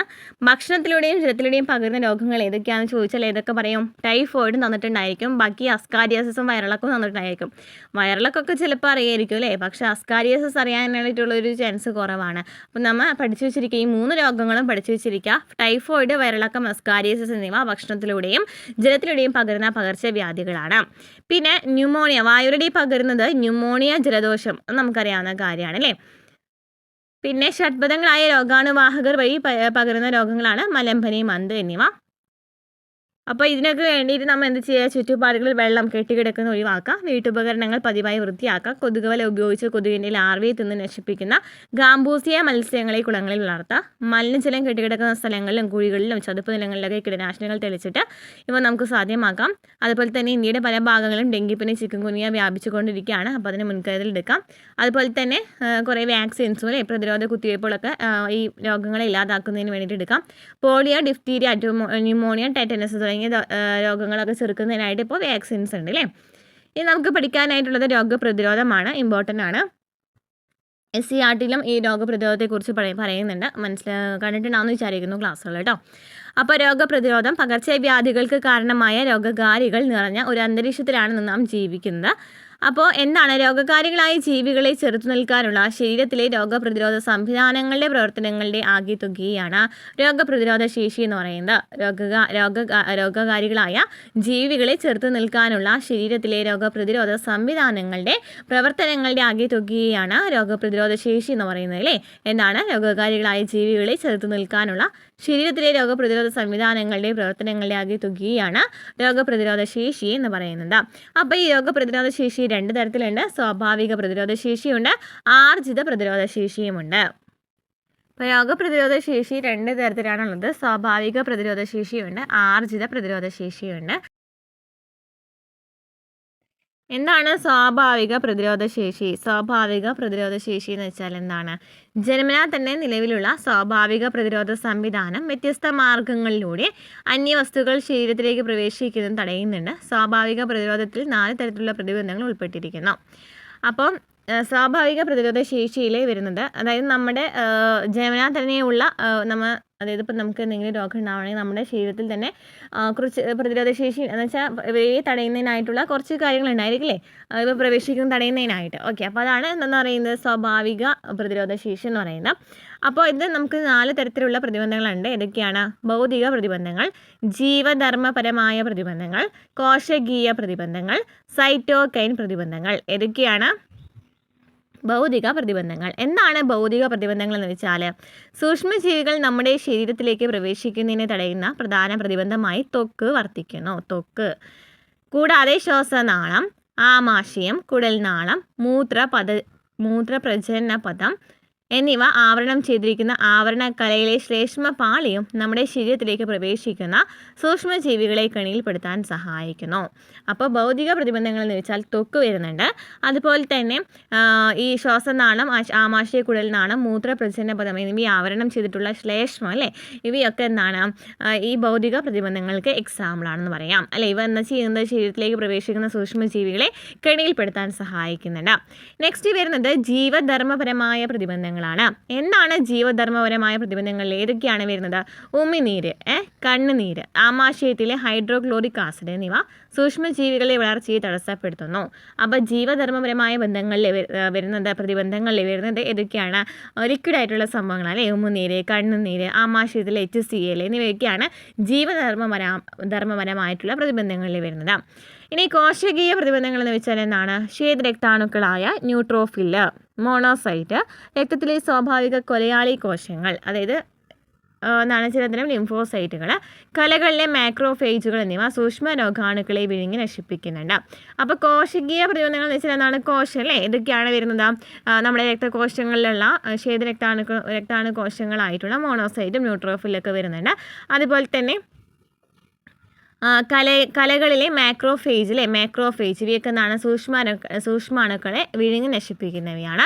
നെക്സ്റ്റ് വരുന്നത് സൈറ്റോകൈൻ പ്രതിബന്ധങ്ങളാണ്. സൈറ്റോകൈൻ പ്രതിബന്ധങ്ങൾ എന്ന് വെച്ചാൽ വൈറസ് ബാധിച്ച കോശങ്ങൾ സ്രവിക്കുന്ന മാംസ്യങ്ങളായ ഇന്റർഫെറോണുകൾ പിന്നീടുള്ള വൈറസ് അണുബാധയിൽ നിന്ന് വൈറസ് ബാധിക്കാത്ത കോശങ്ങളെ സംരക്ഷിക്കുന്നു.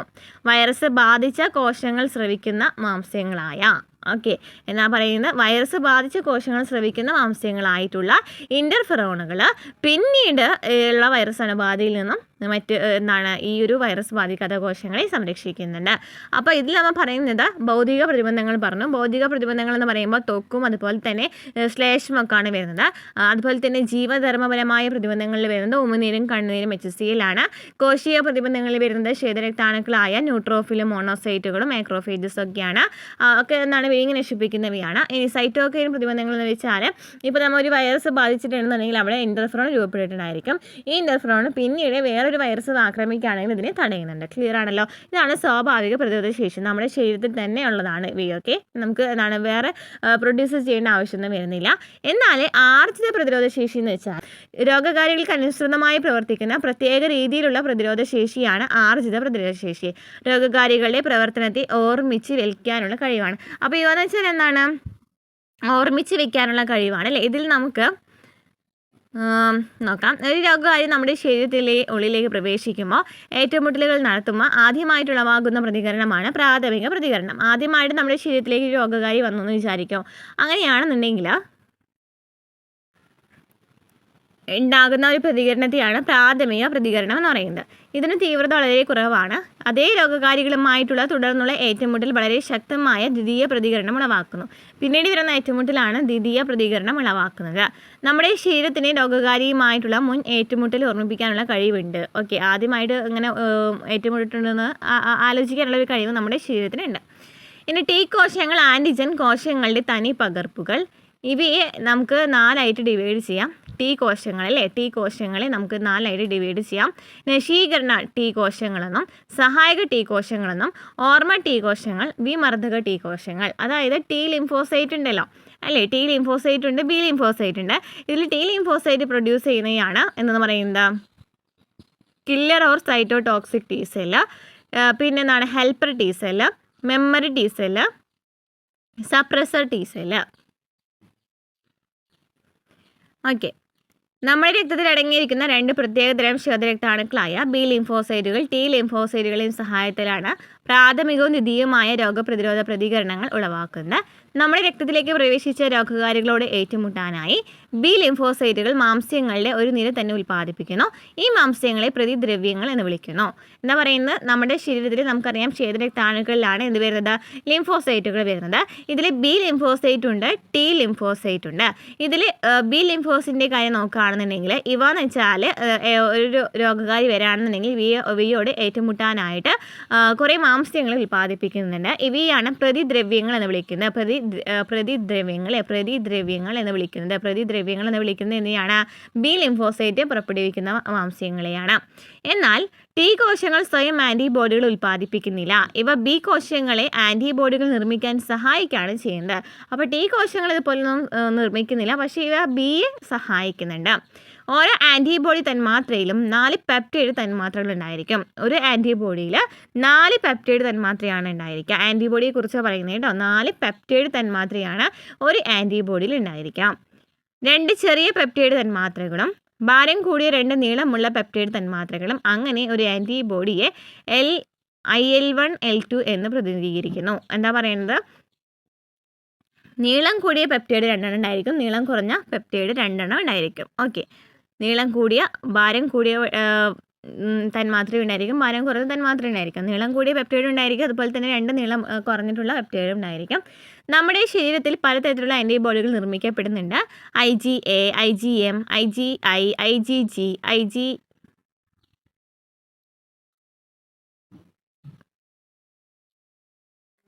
AD,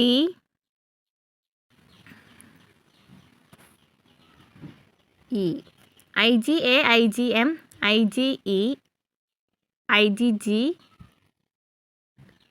IgD കേട്ടോ. അപ്പോൾ ഇങ്ങനെയാണ് 5 വരുന്നത്.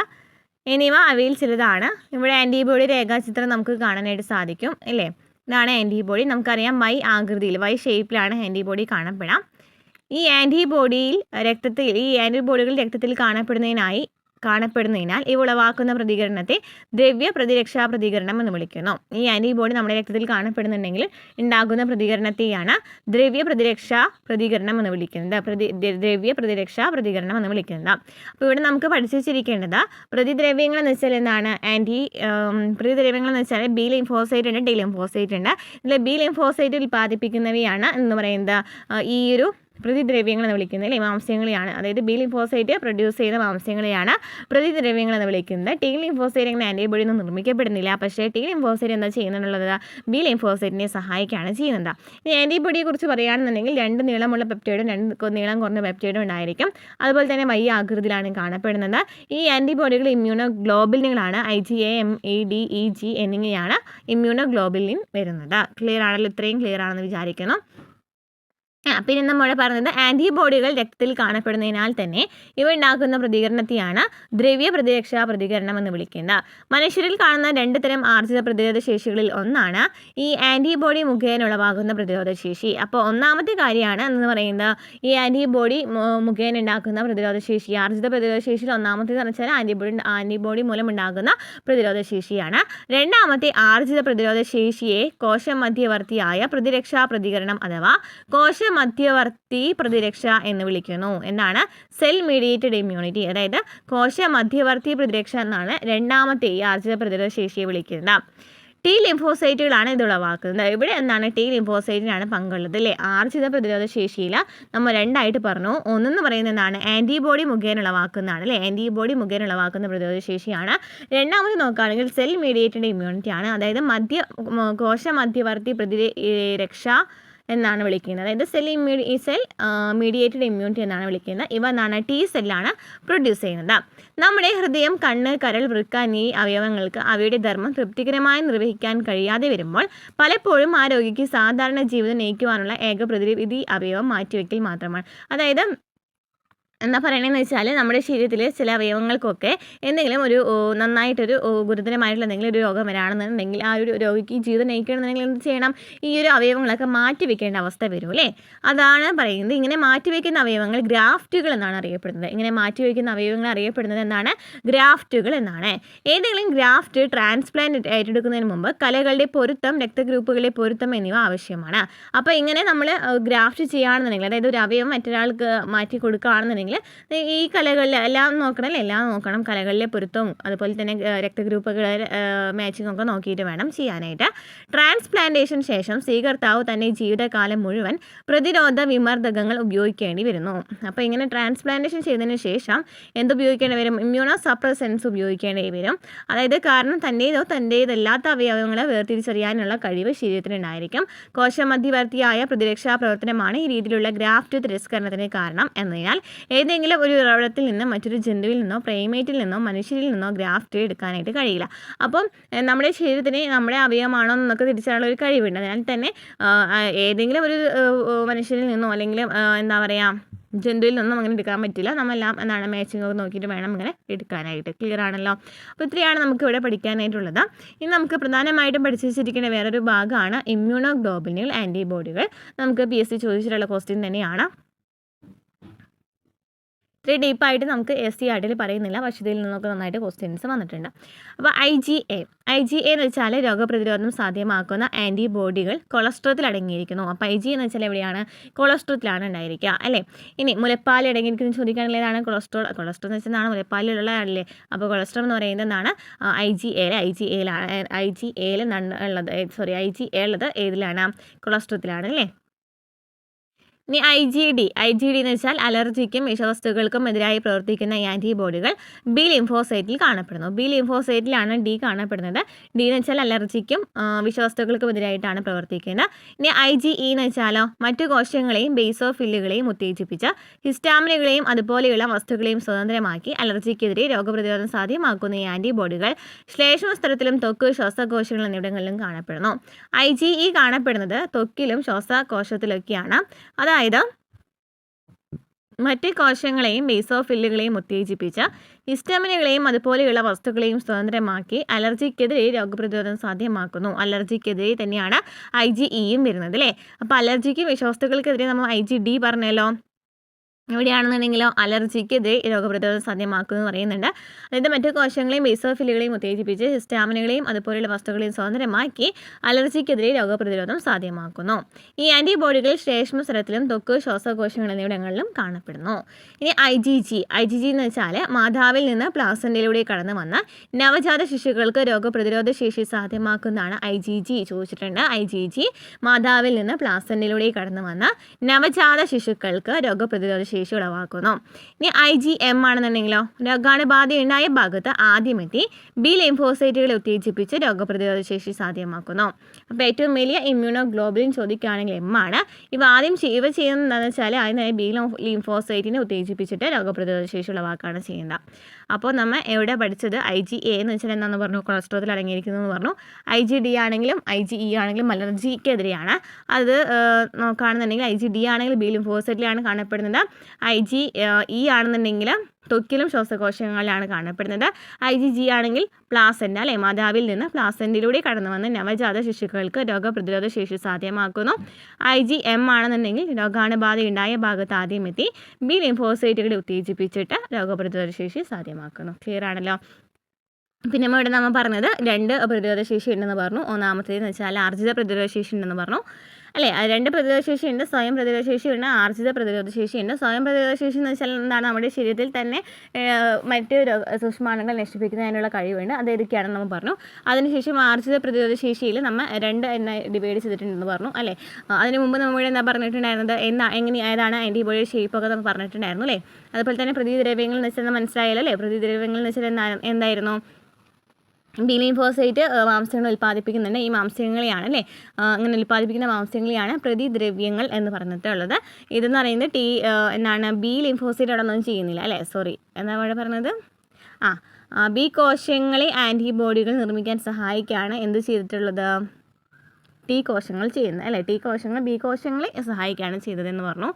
അതുപോലെ തന്നെ ഇവിടെ നമ്മൾ പറഞ്ഞു എന്താണ് ദ്രവ്യ രക്ഷാ പ്രതികരണം എന്ന് വെച്ചാൽ എന്താണ് ആൻറ്റിബോഡികൾ രക്തത്തിൽ കാണപ്പെടുന്നുണ്ട്, അതിനാൽ തന്നെ ഇവയെ ദ്രവ്യ രക്ഷാ പ്രതികരണം എന്ന് വിളിക്കുന്നുണ്ട്. പിന്നെ ആർജിത പ്രതിരോധ ശേഷിയിൽ രണ്ടെണ്ണം എന്ന് പറഞ്ഞു. ഒന്ന് ആൻറ്റിബോഡി മുഖേന ഇളവാകുന്ന പ്രതിരോധ ശേഷിയാണ്, രണ്ട് സെൽ മീഡിയേറ്റഡ് ഇമ്മ്യൂണിറ്റിയാണ്, കോശ മധ്യവർത്തിയ പ്രതിരക്ഷയാണ്, ഇവ ഉളവാക്കുന്ന ടി ലിംഫോസൈറ്റ് ആണെന്ന് പറഞ്ഞു. അതുപോലെ തന്നെ നമ്മൾ ട്രാൻസ്പ്ലാന്റേഷനെ കുറിച്ച് പറഞ്ഞു. എന്താണ് അവയവങ്ങൾ മേച്ചൊക്കെ വേണം, രക്തക്കലകൾ തമ്മിൽ മേച്ച് വേണം എന്ന് പറഞ്ഞു അല്ലേ. ഈ നെക്സ്റ്റ് വരുന്നത് സക്രിയവും നിഷ്ക്രിയവുമായ രോഗപ്രതിരോധ ശേഷിയാണ്. ഇവിടെ വരുന്നത് നോക്കാം. ജൈവമോ അജൈവമോ ആയ സൂക്ഷ്മജീവികൾ മറ്റ് മാംസ്യങ്ങൾ മുതലായ ആൻറ്റിജനുകൾക്കെതിരെ ആതിഥേയ ശരീരം ആൻറ്റിബോഡികൾ നിർമ്മിക്കുന്നു. ഇത്തരം രോഗപ്രതിരോധ ശേഷിയാണ് സക്രിയ രോഗപ്രതിരോധ ശേഷി എന്ന് പറയുന്നത്. ജൈവമോ അജൈവമോ ആയ സൂക്ഷ്മജീവികൾ മറ്റ് മാംസ്യങ്ങൾ മുതലായ ആൻറ്റിജനുകൾക്കെതിരെ ആതിഥേയ ശരീരം ആൻറ്റിബോഡികൾ നിർമ്മിക്കുന്നു. ഈ പ്രതിരോധ ശേഷിയാണ് സക്രിയ രോഗപ്രതിരോധ ശേഷി എന്ന് പറയുന്നത്. ഇത് ഭയങ്കര സ്ലോ പ്രോസസ്സിംഗ് ആണെന്ന് പറയുന്നു. അതുപോലെ തന്നെ നമ്മുടെ ശരീരത്തിൽ നമുക്ക് രോഗപ്രതിരോധ സമയത്ത് എന്ത് ചെയ്യും, കുത്തിവെക്കും അല്ലേ. ആ കുത്തിവെക്കപ്പെടുന്ന സമയത്ത് സൂക്ഷ്മജീവികൾ പ്രകൃതിദത്ത അണുബാധ ഉണ്ടാകുന്ന സമയത്ത് നമ്മുടെ ശരീരത്തിലേക്ക് പ്രവേശിക്കുന്ന രോഗാണുക്കളോ നമ്മുടെ ശരീരത്തെ സക്രിയ രോഗപ്രതിരോധ ശേഷി ഉണ്ടാക്കുന്നതിന് പ്രേരിപ്പിക്കുന്നു. ആ സമയത്ത് നമ്മൾ കുത്തിവെച്ചതിന് ശേഷം നമ്മുടെ ശരീരത്തിലേക്ക് ഒരു രോഗാണു കയറിയിട്ടുണ്ടെന്നുണ്ടെങ്കിൽ ആ സമയത്ത് ആണ് ഈ സക്രിയ രോഗപ്രതിരോധ ശേഷി ഉണ്ടാകുന്നത്. ഇനി അന്യവസ്തുക്കളിൽ നിന്നും ശരീരത്തെ സംരക്ഷിക്കാൻ മുൻകൂട്ടി തയ്യാറാക്കി വെച്ചിരിക്കുന്ന ആൻറ്റിബോഡികൾ, അന്യവസ്തുക്കളിൽ നിന്നും പ്രതിരോധിക്കുന്നതിനായിട്ട് നമ്മുടെ ശരീരത്തിൽ മുൻകൂട്ടിയിട്ട് വെച്ചിട്ടുള്ള ഈ ആൻറ്റിബോഡികൾ ഉണ്ടാക്കുന്ന രോഗപ്രതിരോധ ശേഷിയാണ് നിഷ്ക്രിയ രോഗപ്രതിരോധ ശേഷി എന്ന് പറയുന്നത്. നവജാത ശിശുക്കൾക്ക് മുലപ്പാൽ നൽകുന്നത് നിഷ്ക്രിയ രോഗപ്രതിരോധ ശേഷി വർദ്ധിപ്പിക്കാൻ സഹായിക്കുന്നു. മുലയൂട്ടലിൻ്റെ ആദ്യ ദിവസത്തിൽ മുലപ്പാലിനൊപ്പം സ്രവിക്കപ്പെടുന്ന മഞ്ഞ നിറമുള്ള ദ്രാവകമാണ് കൊളസ്ട്രം എന്ന് പറയുന്നത് അല്ലേ. നമ്മൾ പറഞ്ഞു കൊളസ്ട്രം എന്ന് പറയുന്നത് വെച്ചാൽ ഏതാണ്, ആൻറ്റിബോഡി IgA എന്ന് പറഞ്ഞു. ഇത് നവജാത ശിശുവിന് രോഗപ്രതിരോധ ശേഷി നൽകുന്നുണ്ട് അല്ലേ. രോഗപ്രതിരോധ ശേഷി കുട്ടിക്ക് നൽകുന്നുണ്ട് IgA എന്ന് പറയുന്നത്. ഗർഭകാലഘട്ടത്തിൽ അമ്മയിൽ നിന്നും പ്ലാസൻ്റയിലൂടെ ചില ആൻറ്റിബോഡികൾ ഗർഭസ്ഥ ശിശു സ്വീകരിക്കുന്നുണ്ട്. അതുപോലെ തന്നെ ഗർഭസ്ഥ സമയത്താണെന്നുണ്ടെങ്കിൽ നമ്മൾ പറഞ്ഞു IgG എന്ന് വെച്ചാൽ പ്ലാസൻ്റയിലൂടെ അമ്മയിൽ നിന്നും കുട്ടിക്ക് കിട്ടുന്നതാണെന്ന് പറഞ്ഞു. അപ്പോൾ അങ്ങനെയും എന്ത് കിട്ടുന്നുണ്ട്, ആൻറ്റിബോഡി കിട്ടുന്നുണ്ട് കുട്ടികൾക്ക് അല്ലേ. ഇതെല്ലാം എന്താണ്, നിഷ്ക്രിയ രോഗപ്രതിരോധ ശേഷിക്ക് ചില ഉദാഹരണങ്ങളാണ്. നിഷ്ക്രിയ രോഗപ്രതിരോധ ശേഷിക്ക് ചില ഉദാഹരണങ്ങളാണ്. അത് ആദ്യം തന്നെ ഉണ്ടാക്കി വെച്ചിരിക്കുകയാണ് അല്ലേ. അപ്പോൾ ഇത് രണ്ടും എക്സാമ്പിളാണെന്ന് പറഞ്ഞു. നെക്സ്റ്റ് വരുന്നത് പ്രതിരോധ പ്രയോഗവും പ്രതിരോധവൽക്കരണവുമാണ്. രോഗപ്രതിരോധ സംവിധാനത്തിൻ്റെ ഓർമ്മശേഷി എന്ന സവിശേഷതയാണ് പ്രതിരോധ പ്രയോഗത്തിൻ്റെയും രോഗപ്രതിരോധത്തിൻ്റെയും പിന്നിലുള്ള തത്വം. നിഷ്ക്രിയമാക്കിയതോ നിർവീര്യമാക്കിയതോ ആയ രോഗകാരികളോ അവയുടെ മാംസ്യങ്ങളോ നമ്മുടെ ശരീരത്തിലേക്ക് സന്നിവേശിപ്പിക്കുകയാണ് ഇവിടെ ചെയ്യപ്പെടുന്നത്. ഈ ആൻറ്റിജനുകൾക്കെതിരായി ആൻറ്റിബോഡികൾ ശരീരത്തിൽ നിർമ്മിക്കപ്പെടും. ഇവ യഥാർത്ഥ രോഗാണുബാധ ഉണ്ടാകുമ്പോൾ രോഗകാരികളായ ഈ ജീവികളെ നിഷ്ക്രിയമാക്കുന്നു. അതായത് നമ്മുടെ ശരീരത്തിലേക്ക് ഒരു വാക്സിൻ അല്ലെങ്കിൽ എന്തെങ്കിലും ഒരു രോഗാണുക്കളെ നമ്മുടെ ശരീരത്തിലേക്ക് കടത്തിവിടുന്നുണ്ടെങ്കിൽ ശരിക്കും പറഞ്ഞാൽ അവിടെ നമ്മൾ എന്താ ചെയ്യുന്നത്, നിർവീര്യമാക്കിയിട്ടുള്ള അല്ലെങ്കിൽ ജീവനില്ലാത്ത രോഗകാരികളായിരിക്കും നമ്മുടെ ശരീരത്തിലേക്ക് കടത്തിവിടുന്നുണ്ടായിരിക്കാം. പിന്നീട് ഇതേ രോഗകാരികൾ വരാണെന്നുണ്ടെങ്കിൽ ഇവ ഓർമ്മിച്ച് വെച്ചിട്ട് ഇവയെ നശിപ്പിക്കുകയാണ് ചെയ്യാം. പിന്നെ ഓർമ്മശക്തിയുള്ള ബി കോശങ്ങളെയും ടി കോശങ്ങളെയും ഈ വാക്സിനുകൾ ഉൽപ്പാദിപ്പിക്കുന്നു. എന്താണ്, രോഗകാരികളായ ജീവികളെ നിഷ്ക്രിയമാക്കുന്നു എന്ന് പറഞ്ഞു. അതുപോലെ തന്നെ ഓർമ്മശക്തിയുള്ള ബി കോശങ്ങളെയും ടി കോശങ്ങളെയും ഈ വാക്സിൻ ഉൽപ്പാദിപ്പിക്കുന്നു.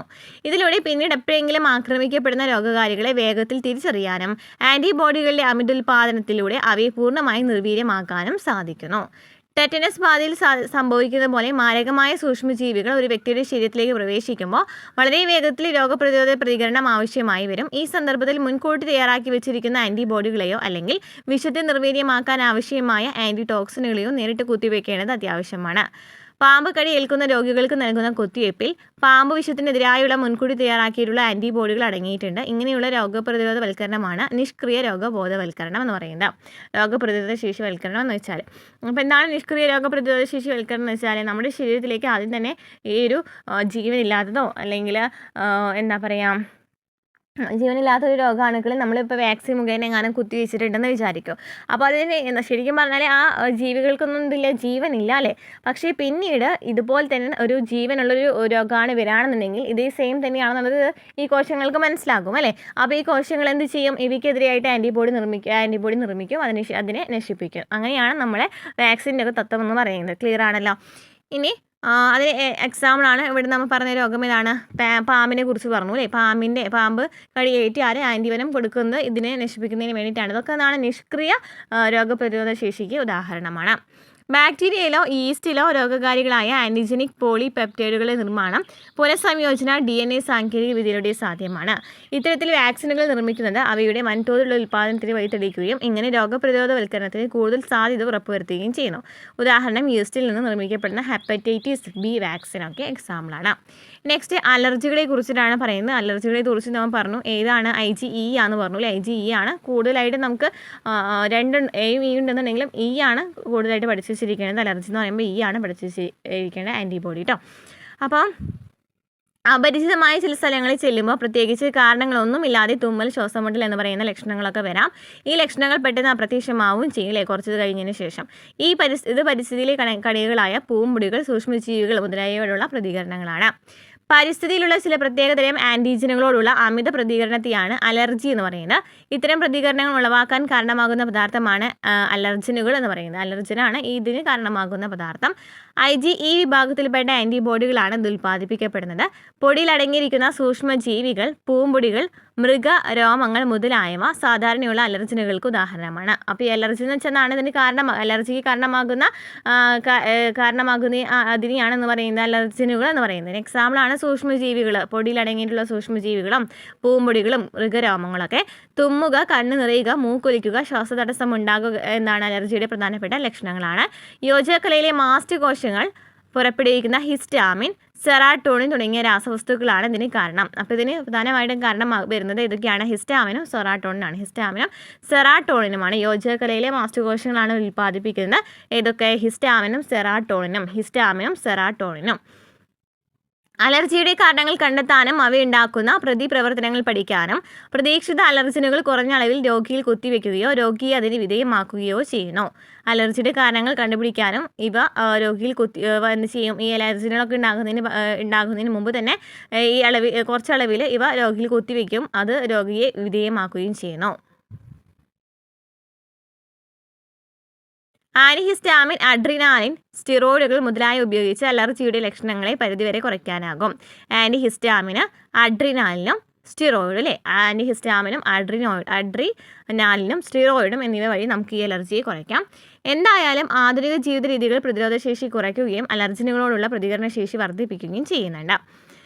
ഇതുമൂലം ഇന്ത്യയിലെ മെട്രോ നഗരങ്ങളിലെ കുട്ടികളിൽ അലർജികളും ആസ്മയും വളരെയധികം ഉള്ളതായി രേഖപ്പെടുത്തിയിരിക്കുന്നു. കുട്ടികളെ നിയന്ത്രിത പരിസ്ഥിതിയിൽ വളർത്തുന്നതാണ് ഇതിന് കാരണം. നെക്സ്റ്റ് വരുന്നത് സ്വയം പ്രതിരോധ ശേഷിയാണ്. അപ്പോൾ ആർജിത പ്രതിരോധ ശേഷി നമ്മൾ പഠിച്ചു. ഇനി സ്വയം പ്രതിരോധ ശേഷിയെ കുറിച്ചിട്ടാണ് പറയുന്നത്. കശേരുകളിൽ സ്വന്തം കോശങ്ങളെയും അന്യപദാർത്ഥങ്ങളെയും വേർതിരിച്ചറിയുന്നതിനുള്ള ഓർമ്മശേഷി അടിസ്ഥാനമാക്കിയിട്ടാണ് ആർജിത പ്രതിരോധ ശേഷി സഹായിക്കണമെന്ന് പറഞ്ഞു അല്ലേ. ഇവ ഓർമ്മിച്ച് വെച്ചിട്ടാണ് പിന്നീട് വരുന്ന കോശങ്ങളെ നശിപ്പിക്കുന്നതെന്നൊക്കെ പറഞ്ഞു. എങ്കിലും ഇതിൻ്റെ യഥാർത്ഥ കാരണം ഇപ്പോഴും ദുരൂഹമാണ്. എങ്കിലും ഇതിന് ഉപോത്ബലകമായ 2 സാധ്യതകൾ പരിഗണിക്കാവുന്നതാണ്. ഉയർന്ന കശേരുകൾക്ക് അന്യപദാർത്ഥങ്ങളെയും അതുപോലെ അന്യജീവികളെയും തിരിച്ചറിയാനുള്ള കഴിവുണ്ട് എന്നാണ് ഒരു സാധ്യത. പരീക്ഷണാടിസ്ഥാനത്തിലുള്ള മിക്ക രോഗപ്രതിരോധ പഠനങ്ങളും മറ്റു സാധ്യതയെ കണക്കിലെടുക്കുന്നതാണ്. അതുപോലെ തന്നെ ജനിതകപരമോ മറ്റു തരത്തിലുള്ള അജ്ഞാതമായ കാരണങ്ങൾ ചിലപ്പോൾ സ്വന്തം കോശങ്ങളെ ശരീരം ആക്രമിക്കുന്നതിന് കാരണമാകാം. ശരീരാവയവങ്ങളെ കേടുപാടുകൾ സൃഷ്ടിക്കുന്ന ഈ അവസ്ഥയെ സ്വയം പ്രതിരോധ രോഗങ്ങൾ എന്നാണ് വിളിക്കുന്നത്. എന്താ പറയണത് ഇവിടെ? അതായത് സ്വയം പ്രതിരോധ രോഗങ്ങൾ എന്ന് വെച്ചാൽ നമ്മുടെ ശരീരം ഇപ്പോൾ വേറൊരു നമ്മൾ പറഞ്ഞു മറ്റേ രോഗങ്ങളൊക്കെ വരാണെന്നുണ്ടെങ്കിൽ ഇവയെ പ്രതിരോധിക്കുന്നുണ്ടെന്ന് പറഞ്ഞു അല്ലേ. അപ്പോൾ ശരീരാവയവങ്ങളെ കേടുപാടുകൾ സൂക്ഷിക്കുന്ന ഈ അവസ്ഥയെ ശരീരാവയവങ്ങളിലെ കേടുപാടുകൾ സൃഷ്ടിക്കുന്നുണ്ട്. ചിലപ്പോൾ എന്താണ് സ്വയം ഈ പ്രതിരോധ ശേഷി ചെയ്യുമ്പോൾ ചിലപ്പോൾ നല്ല കോശങ്ങളൊക്കെ നശിപ്പിക്കാൻ ചാൻസ് ഉണ്ട് അല്ലേ. അതാണ് പറയുന്നത് സ്വയം ശരീര അവയവങ്ങളിൽ കേടുപാടുകൾ സൃഷ്ടിക്കുന്ന അവസ്ഥയാണ് സ്വയം പ്രതിരോധ രോഗങ്ങൾ എന്ന് പറയുന്നത്. അതിന് എക്സാമ്പിളാണ് സന്ധിവാതം. സന്ധിവാതം എന്താണ്? സ്വയം പ്രതിരോധ രോഗത്തിന് ഉദാഹരണമാണ്. സന്ധിവാതം. ഇനി ശരീരത്തിലെ രോഗപ്രതിരോധ സംവിധാനം. ലിംഫോയിഡ് അവയവങ്ങൾ, കലകൾ, കോശങ്ങൾ, ലേയ തന്മാത്രകളായ ആൻറ്റിബോഡികൾ എന്നിവ ഉൾപ്പെട്ടതാണ് മനുഷ്യനിലെ രോഗപ്രതിരോധ സംവിധാനം. അപ്പോൾ നമ്മൾ നേരത്തെ പറഞ്ഞു അല്ലേ, രോഗപ്രതിരോധ സംവിധാനം ആൻറ്റിജനുകൾ തിരിച്ചറിയും, ഇതിനെതിരെ പ്രതികരിക്കുകയും ചെയ്യും, അഥവാ ഓർമ്മിച്ച് വെക്കും എന്നൊക്കെ പറഞ്ഞു. അതുപോലെ തന്നെ അലർജികളിലും സ്വയം പ്രതിരോധ രോഗങ്ങളിലും അവയവ മാറ്റിവെക്കലിലും നമ്മുടെ രോഗപ്രതിരോധ സംവിധാനം ഒരു പ്രധാന പങ്ക് വഹിക്കുന്നുണ്ട്. ഇനി എന്തൊക്കെയാണ് ലിംഫോയിഡ് അവയവങ്ങൾ? ലിംഫിൽ വരുന്ന ഏതൊക്കെയാണ് ലിംഫോയിഡ് അവയവങ്ങൾ വരുന്നത് ഏതൊക്കെയാണ്? ലിംഫോസൈറ്റുകളുടെ ഉത്ഭവം, പാകപ്പെടൽ, വ്യാപനം എന്നിവ നടക്കുന്ന അവയവങ്ങളാണ് ലിംഫോയിഡ് അവയവങ്ങൾ എന്ന് പറയുന്നത്. അസ്ഥിമജ്ജയും തൈമസുമാണ് അല്ലേ. നമ്മൾ പറഞ്ഞു അസ്ഥിമജ്ജയിൽ എന്ന് പറയുമ്പോൾ എന്താണ്? ബി ലിംഫോസൈറ്റ് ആണ്. ടി എന്ന് വെച്ചാൽ എന്താ? തൈമസ് എന്ന് പറയുമ്പോൾ ടി ലിംഫോസൈറ്റ് ആണ് രൂപപ്പെടുന്നതെന്നൊക്കെ നമ്മൾ പറഞ്ഞിട്ടുണ്ടായിരുന്നു, പഠിച്ചിട്ടുള്ള കാര്യങ്ങളാണ്. അപ്പം ഇവിടെ പറയണത് എന്താണെന്ന് വെച്ചാൽ ഈ ലിംഫോയിഡ് അവയവങ്ങൾക്ക് എക്സാമ്പിൾ ചോദിക്കുകയാണെങ്കിൽ അസ്ഥിമജ്ജയും തൈമസുമാണ്. പാകമാകാത്ത പ്രാഥമിക ലിംഫോയിഡ് അവയവങ്ങളിലാണ് പാകമാകാത്ത ലിംഫോസൈറ്റുകൾ ആൻറ്റിജനോട് പ്രതികരിക്കുന്ന ലിംഫോസൈറ്റുകളായി രൂപമാറ്റം സംഭവിക്കുന്നത്. പാകമായ ലിംഫോസൈറ്റുകൾ പ്ലീഹ, ലിംഫ് മുഴകൾ, ടോൺസിലുകൾ, ചെറുകുടലിലെ പെയേഴ്സ് പാച്ചുകൾ, അപ്പൻഡിക്സ് എന്നീ ദ്വിതീയ ലിംഫോയിഡ് അവയവങ്ങളിൽ എത്തിച്ചേരുന്നു. ദ്വിതീയ ലിംഫോയിഡ് അവയവങ്ങളിൽ വെച്ച് ലിംഫോസൈറ്റുകൾ ആൻറ്റിജനുമായിട്ട് പ്രവർത്തിക്കുന്നു. ഇവ പിന്നീട് വ്യാപിച്ച് പ്രേരക കോശങ്ങളായിട്ട് മാറുന്നു. അപ്പോൾ ഇതെങ്ങനെയാണ് പ്രവർത്തിക്കുന്നതെന്നാണ് പറയുന്നത്. ലിംഫോസൈറ്റുകൾ, പാകമായിട്ടുള്ള ലിംഫോസൈറ്റുകൾ പ്ലീഹ, ലിംഫ് മുഴകൾ, ടോൺസിൽ, ചെറുകുടലിലെ പ്ലെയേഴ്സ് പാച്ച്, അപ്പൻഡിക്സ് എന്നീ ഭാഗങ്ങളിലൊക്കെ എത്തിയിട്ട് ലിംഫോയിഡ് അവയവങ്ങളിലേക്ക് എത്തിച്ചേരും. ദ്വിതീയ ലിംഫോയിഡ് അവയവങ്ങളിലേക്ക് എത്തിച്ചേരും. ഈ ദ്വിതീയ ലിംഫോയിഡാണ് അവയവങ്ങളിൽ വെച്ചിട്ട് ലിംഫോസൈറ്റുകൾ ആൻറ്റിജനായിട്ട് പ്രവർത്തിക്കുന്നത്. ദ്വിതീയ ലിംഫോയിഡ് അവയവങ്ങളിൽ വെച്ചിട്ടാണ് ലിംഫോസൈറ്റുകൾ ആൻറ്റിജനായിട്ട് പ്രവർത്തിക്കുന്നത്. ദ്വിതീയ ലിംഫോയിഡ് അവയവങ്ങളിൽ വെച്ചിട്ടാണ് ലിംഫോസൈറ്റുകൾ ആൻറ്റിജനായിട്ട് പ്രവർത്തിക്കുന്നത്. ഇവ പിന്നീട് പ്രേരക കോശങ്ങളായിട്ട് മാറുന്നു. ലിംഫോസൈറ്റുകൾ ഉൾപ്പെടെയുള്ള എല്ലാ രക്തകോശങ്ങളും നിർമ്മിക്കപ്പെടുന്ന പ്രധാന ലിംഫോയിഡ് അവയവമാണ് അസ്ഥിമജ്ജ. അപ്പോൾ അസ്ഥിമജ്ജയിലാണ് പല രക്തകോശങ്ങളും നിർമ്മിക്കപ്പെടുന്നത് അല്ലേ. ഹൃദയത്തിനടുത്ത് മാറലിന് താഴെയായിട്ടായിരിക്കും തൈമസ് ഉണ്ടായിരിക്കുന്നത് അല്ലേ. അതേസമയം തൈമസ് വളരെ വലുതായിരിക്കും. ജനസമയത്ത് നോക്കുകയാണെന്നുണ്ടെങ്കിൽ തൈമസ് വളരെ വലുതാണ്. എന്നാൽ പ്രായമാകുമ്പോൾ വലിപ്പം കുറഞ്ഞു വരും, പിന്നെ പ്രായപൂർത്തിയാകുമ്പോൾ ചുരുങ്ങി വരും. ഇനി ടി ലിംഫോസൈറ്റുകളുടെ ഉൽപ്പാദനത്തിനും പാകമാകലിനും വേണ്ട സൂക്ഷ്മ പരിസ്ഥിതികൾ അസ്ഥിമജ്ജയും തൈമസും പ്രദാനം ചെയ്യുന്നുണ്ട്. ടി ലിംഫോസൈറ്റ് നോക്കുകയാണെങ്കിൽ തൈമസും അസ്ഥിമജ്ജയും സഹായിക്കുന്നുണ്ട് രൂപപ്പെടുന്നതിനായിട്ട്. പയർവിത്തിൻ്റെ ആകൃതിയിലുള്ള വലിപ്പമുള്ള അവയവമായ പ്ലീഹയിൽ പ്രധാനമായും ലിംഫോകോശങ്ങളും ഭക്ഷകകോശങ്ങളും കാണപ്പെടുന്നു. രക്തത്തിലൂടെ കടന്നു വരുന്ന സൂക്ഷ്മജീവികളെ വേർതിരിച്ച് നശിപ്പിക്കുന്ന അരിപ്പയായിട്ടാണ് ഇവ വർത്തിക്കുന്നത്. അപ്പോൾ പ്ലീഹയിൽ എന്താ ചെയ്യണമെന്ന് വെച്ചാൽ സൂക്ഷ്മജീവികൾ വരുമ്പോൾ ഇവ വേർതിരിക്കുകയാണ് ചെയ്യുന്നത് അല്ലേ. അതായത് അരിപ്പയായിട്ടാണ് ഇവിടെ പ്രവർത്തിക്കുന്നത്. അരുണ രക്താണുക്കളുടെ വലിയ സംഭരണിയും കൂടിയാണ് പ്ലീഹ. അപ്പോൾ അരുണ രക്താണുക്കളുടെ സംഭരണിയും കൂടിയാണ് പ്ലീഹ. ലിംഫ് വ്യവസ്ഥയിൽ പലയിടത്തായി കാണപ്പെടുന്ന ദൃഢതയുടെ മുഴകളാണ് ലിംഫ് മുഴകൾ. ഇവ ലിംഫിലും കോശദ്രവ്യത്തിലും കടന്നുകൂടുന്ന സൂക്ഷ്മജീവികളെയും മറ്റ് ആൻറ്റിജനുകളെയും കെണിയിൽപ്പെടുത്തി അവിടെയുള്ള ലിംഫോസൈറ്റുകളെ ഉത്തേജിപ്പിച്ച് പ്രതിരോധശേഷി വർദ്ധിപ്പിക്കുന്നു. അപ്പോൾ ഇവിടെ നമ്മൾ പറഞ്ഞത് പ്രധാനമായിട്ടും ലിംഫോയിഡ് അവയവങ്ങളുണ്ട്, അസ്ഥിമജ്ജയും തൈമസാണ്. ഇവിടെ പാകമാകാത്ത ലിംഫോസൈറ്റുകൾ ഉണ്ടായിരിക്കും, പാകമായ ലിംഫോസൈറ്റുകൾ ഉണ്ടായിരിക്കും. പാകമാകാത്ത ലിംഫോസൈറ്റുകൾ ആൻറ്റിജനോട് പ്രതികരിക്കുന്ന ലിംഫോസൈറ്റുകളായിട്ട് രൂപമാറ്റം സംഭവിക്കും. പാകമായിട്ടുള്ള ലിംഫോസൈറ്റുകളാണെന്നുണ്ടെങ്കിൽ പ്ലീഹ, ലിംഫ് മുഴകൾ, ടോൺസിലുകൾ, ചെറുകുടലിലെ ബേസ് വാച്ച്, അപ്പൻഡിക്സ് എന്ന ഭാഗങ്ങളിലൊക്കെ എത്തി അവിടെ നിന്ന് ദ്വിതീയ ലിംഫോയിഡിലേക്ക് എത്തിച്ചേരും. അവിടെയാണ് ആൻറ്റിജനായിട്ട് പ്രവർത്തിക്കുന്നത്. പിന്നെ നമ്മൾ പറഞ്ഞത് തൈമസ് എന്ന് വെച്ചാൽ ഹൃദയത്തിന് താഴെയായിട്ട് കാണപ്പെടുന്നതാണ്. അതായത് ഇത് എന്ന് വെച്ചാൽ ജനസമയത്ത് വളരെ വലുതാണ്, പക്ഷേ പിന്നീട് ചുരുങ്ങി വരും. പിന്നെ ടി ലിംഫോസൈറ്റുകളുടെ ഉൽപ്പാദനത്തിനും പാകമാകലിനൊക്കെ ഈ ഒരു അസ്ഥിമജ്ജയും തൈമസും സഹായിക്കുന്നുണ്ടെന്ന് പറഞ്ഞു. പിന്നെ പ്ലീഹാനെ കുറിച്ചിട്ടാണ് പറഞ്ഞത്. പ്ലീഹ എന്ന് വെച്ചാൽ അരിപ്പയായിട്ട് പ്രവർത്തിക്കുന്നുണ്ട്, മറ്റ് സൂക്ഷ്മ രക്തകോശങ്ങളൊക്കെ എന്താണ് വേർതിരിക്കുന്നുണ്ട് ഇവിടെ. പിന്നെ അരുണ രക്താണുക്കളുടെ വലിയ സംഭരണിയാണ് പ്ലീഹ എന്ന് പറയുന്നു. അതുപോലെ തന്നെ ലിംഫ് വാഹികൾ എന്ന് വെച്ചാൽ മുഴകളാണ് അല്ലേ. ലിംഫ് വ്യവസ്ഥയിൽ പലയിടത്തും കാണപ്പെടുന്ന മുഴകളെയാണ് ലിംഫ് മുഴകൾ എന്ന് പറയുന്നത് അല്ലേ. ഓക്കെ, ഇനി ശരീരത്തിലെ പ്രധാന കുഴലുകളായ ശ്വസന, ദഹന, മൂത്ര, പ്രജനന കുഴലുകളുടെ ആവരണ ഭാഗത്ത് സ്ഥിതി ചെയ്യുന്ന ലിംഫോയിഡ് കലയാണ് മ്യൂക്കോസ അസോസിയേറ്റഡ് ലിംഫോയിഡ് കല എന്ന് പറയുന്നത്. മാൾട്ട് എന്ന് വെച്ചാൽ എന്താണ്? മ്യൂക്കോസ അസോസിയേറ്റഡ് ലിംഫോയിഡ് കലയാണ്. അതായത് നമ്മുടെ ശരീരത്തിലെ പ്രധാനപ്പെട്ട കുഴലുകളായ ശ്വസന, ദഹന, മൂത്ര, പ്രജനന കുഴലുകളുടെ ആവരണ ഭാഗത്താണ് ഇവ കാണപ്പെടുന്നത്. ഇനി എന്താണ് എയ്ഡ്സ്? എയ്ഡ്സ് എന്ന് വെച്ചാൽ എല്ലാവർക്കും അറിയുന്ന ഒരു കാര്യം തന്നെയാണ് അല്ലേ. എയ്ഡ്സിൻ്റെ ഫുൾ ഫോം ചോദിക്കാറുണ്ട്. അക്യൂർഡ് ഇമ്മ്യൂണോ ഡെഫിഷ്യൻസി സിൻഡ്രോം എന്നാണ്. ഒരു വ്യക്തിയുടെ ജീവിത കാലയളവിൽ ആർജിക്കുന്ന രോഗപ്രതിരോധ സംവിധാനത്തിൻ്റെ അപര്യാപ്തതയാണ് ഇത് ഉണ്ടാക്കാൻ കാരണമാകുന്നത്. എന്താണെന്ന് വെച്ചാൽ ഇത് ഒരു പാരമ്പര്യ രോഗമല്ല, ഒരു കൂട്ടം രോഗലക്ഷണങ്ങൾ ഉൾപ്പെടുന്നതാണ്. ഈ രോഗലക്ഷണ സഞ്ചയമാണ് എയ്ഡ്സ് എന്ന് പറയാം. 1981 എയ്ഡ്സ് ആദ്യമായിട്ട് തിരിച്ചറിയപ്പെട്ടത്. പിന്നീട് കുറേ പേര് ഇത് കൊന്നൊടുക്കിയിട്ടുണ്ട്. എയ്ഡ്സിന് കാരണമാകുന്ന വൈറസ് ഏതാണ്? ഹ്യൂമൻ ഇമ്മ്യൂണോ ഡെഫിഷ്യൻസി വൈറസാണ്, HIV വൈറസാണ്. അതുപോലെ തന്നെ ജനിതക വസ്തുവായ RNA ഒരു ആവരണം കൊണ്ട് പൊതിഞ്ഞിരിക്കുന്ന ഒരു കൂട്ടം വൈറസാണ് റിട്രോ വൈറസ് എന്ന് പറയുന്നത്. RNA ആവരണം ചെയ്തിട്ടുള്ള വൈറസാണ് റിട്രോ വൈറസ് എന്ന് പറയുന്നത്. അപ്പോൾ രോഗാണുബാധിതനായ വ്യക്തിയുമായുള്ള ലൈംഗിക ബന്ധം വഴി ഇത് പകരാം, എയ്ഡ്സ് പകരാം. രോഗബാധിതരുടെ രക്തത്തിൻ്റെയും രക്ത ഉൽപ്പന്നങ്ങളുടെയും നിവേശനം വഴി കുത്തിവയ്പ്പിലൂടെയൊക്കെ പകരാം. മയക്കുമരുന്ന് സ്ഥിരകളിലേക്ക് കുത്തിവയ്ക്കുന്നവർ പങ്കുവയ്ക്കുന്ന രോഗാണുബാധിതരായ സൂചികൾ വഴി പകരാം. രോഗബാധിതരായ അമ്മയിൽ നിന്ന് പ്ലാസൻ്റ വഴി അവരുടെ കുഞ്ഞിലേക്കും പകരാം. അതുപോലെ തന്നെ ഒന്നിലധികം ലൈംഗിക പങ്കാളികളുള്ള വ്യക്തികൾ, മയക്കുമരുന്ന് കുത്തിവയ്ക്കുന്നവർ, തുടർച്ചയായി രക്തനിവേശനം ആവശ്യമുള്ള വ്യക്തികൾ, HIV ബാധിതയായ അമ്മയ്ക്ക് ജനിക്കുന്ന കുഞ്ഞ് തുടങ്ങിയവയ്ക്കൊക്കെയാണ് ഈ രോഗാണുബാധ ഉണ്ടാകാനുള്ള ചാൻസ് കൂടുതൽ. അപ്പോൾ ഇവിടെ പഠിച്ച് വെച്ചിരിക്കുന്നത് എയ്ഡ്സ് ഉണ്ടാക്കുന്നത് ഏത് വൈറസാണ്? ഹ്യൂമൻ ഇമ്മ്യൂണോ ഡെഫിഷ്യൻസി വൈറസാണ്, HIV വൈറസാണ്. അതുപോലെ തന്നെ RNA ആവരണം ചെയ്തുകൊണ്ടുള്ള വൈറസാണ് റിട്രോ വൈറസ് എന്ന് പറയുന്നത്. ഇത് പകരുന്നത് ഒന്ന് അമ്മയിൽ നിന്ന് കുട്ടികളിലേക്ക്, പിന്നെ സൂചികളിലൂടെ അല്ലേ, അതായത് ക്ലീൻ ചെയ്യാത്ത സൂചികളിലൂടെയും ലൈംഗിക ബന്ധം വഴിയും, അതുപോലെ തന്നെ രക്തം പറഞ്ഞു, രോഗാണുബാധിതനായ വ്യക്തിയുമായുള്ള ലൈംഗിക ബന്ധം വഴി പറഞ്ഞു, രോഗബാധിതരുടെ രക്തത്തിൻ്റെയും രക്ത ഉൽപ്പന്നങ്ങളുടെയും നിവേശനം വഴി പറഞ്ഞു, മയക്കുമരുന്ന് സ്ഥിരകളിലേക്ക് കുത്തിവയ്ക്കുന്നവർ പങ്കുവയ്ക്കുന്ന രോഗാണുബാധിതരായ സൂചികൾ വഴി നമ്മൾ പറഞ്ഞു, അമ്മയിൽ നിന്ന് കുഞ്ഞിലേക്ക്, അങ്ങനെയൊക്കെയാണ് ഇവ പകരുന്നത്.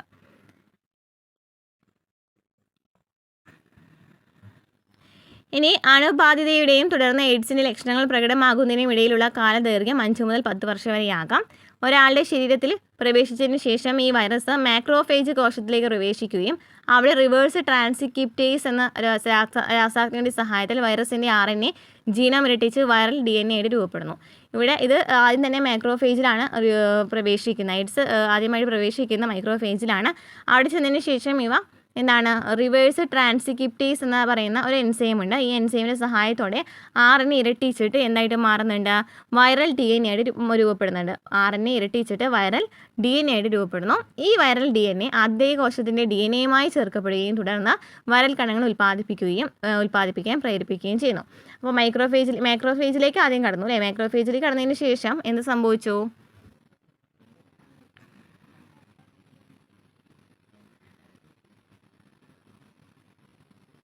ഇപ്പോൾ വൈറൽ RNA വൈറസ് സാധാരണ ഒരു കോശത്തിലേക്ക് പ്രവേശിക്കുകയാണ് ആദ്യം ചെയ്യുന്നത്. അങ്ങനെ കോശത്തിലേക്ക് പ്രവേശിച്ചതിന് ശേഷം എന്ത് സംഭവിക്കും? ഈ വൈറൽ RNA കോശത്തിലേക്ക് കടത്തിവിടും. ഓക്കെ, അവിടെ റിവേഴ്സ് ട്രാൻസ്ക്രിപ്റ്റേസ് എന്ന് പറയുന്ന ഒരു എൻസൈം ഉണ്ടായിരിക്കും. ഇവ DNA ഉൽപ്പാദിപ്പിക്കും. ഈ DNA നമ്മുടെ ശരീരത്തിലുള്ള DNAയുമായിട്ട് കൂടിച്ചേരും. അങ്ങനെ കൂടിച്ചേരുമ്പോൾ എന്ത് സംഭവിക്കും? അണുബാധിതമായിട്ടുള്ള കോശം പുതിയ വൈറൽ RNA ഉൽപ്പാദിപ്പിക്കും. അങ്ങനെ വീണ്ടും പുതിയൊരു RNA ഉൽപ്പാദിപ്പിക്കുകയാണ്. അങ്ങനെ പിന്നീട് പുതിയ വൈറസ് ഉൽപ്പാദിപ്പിക്കപ്പെടും.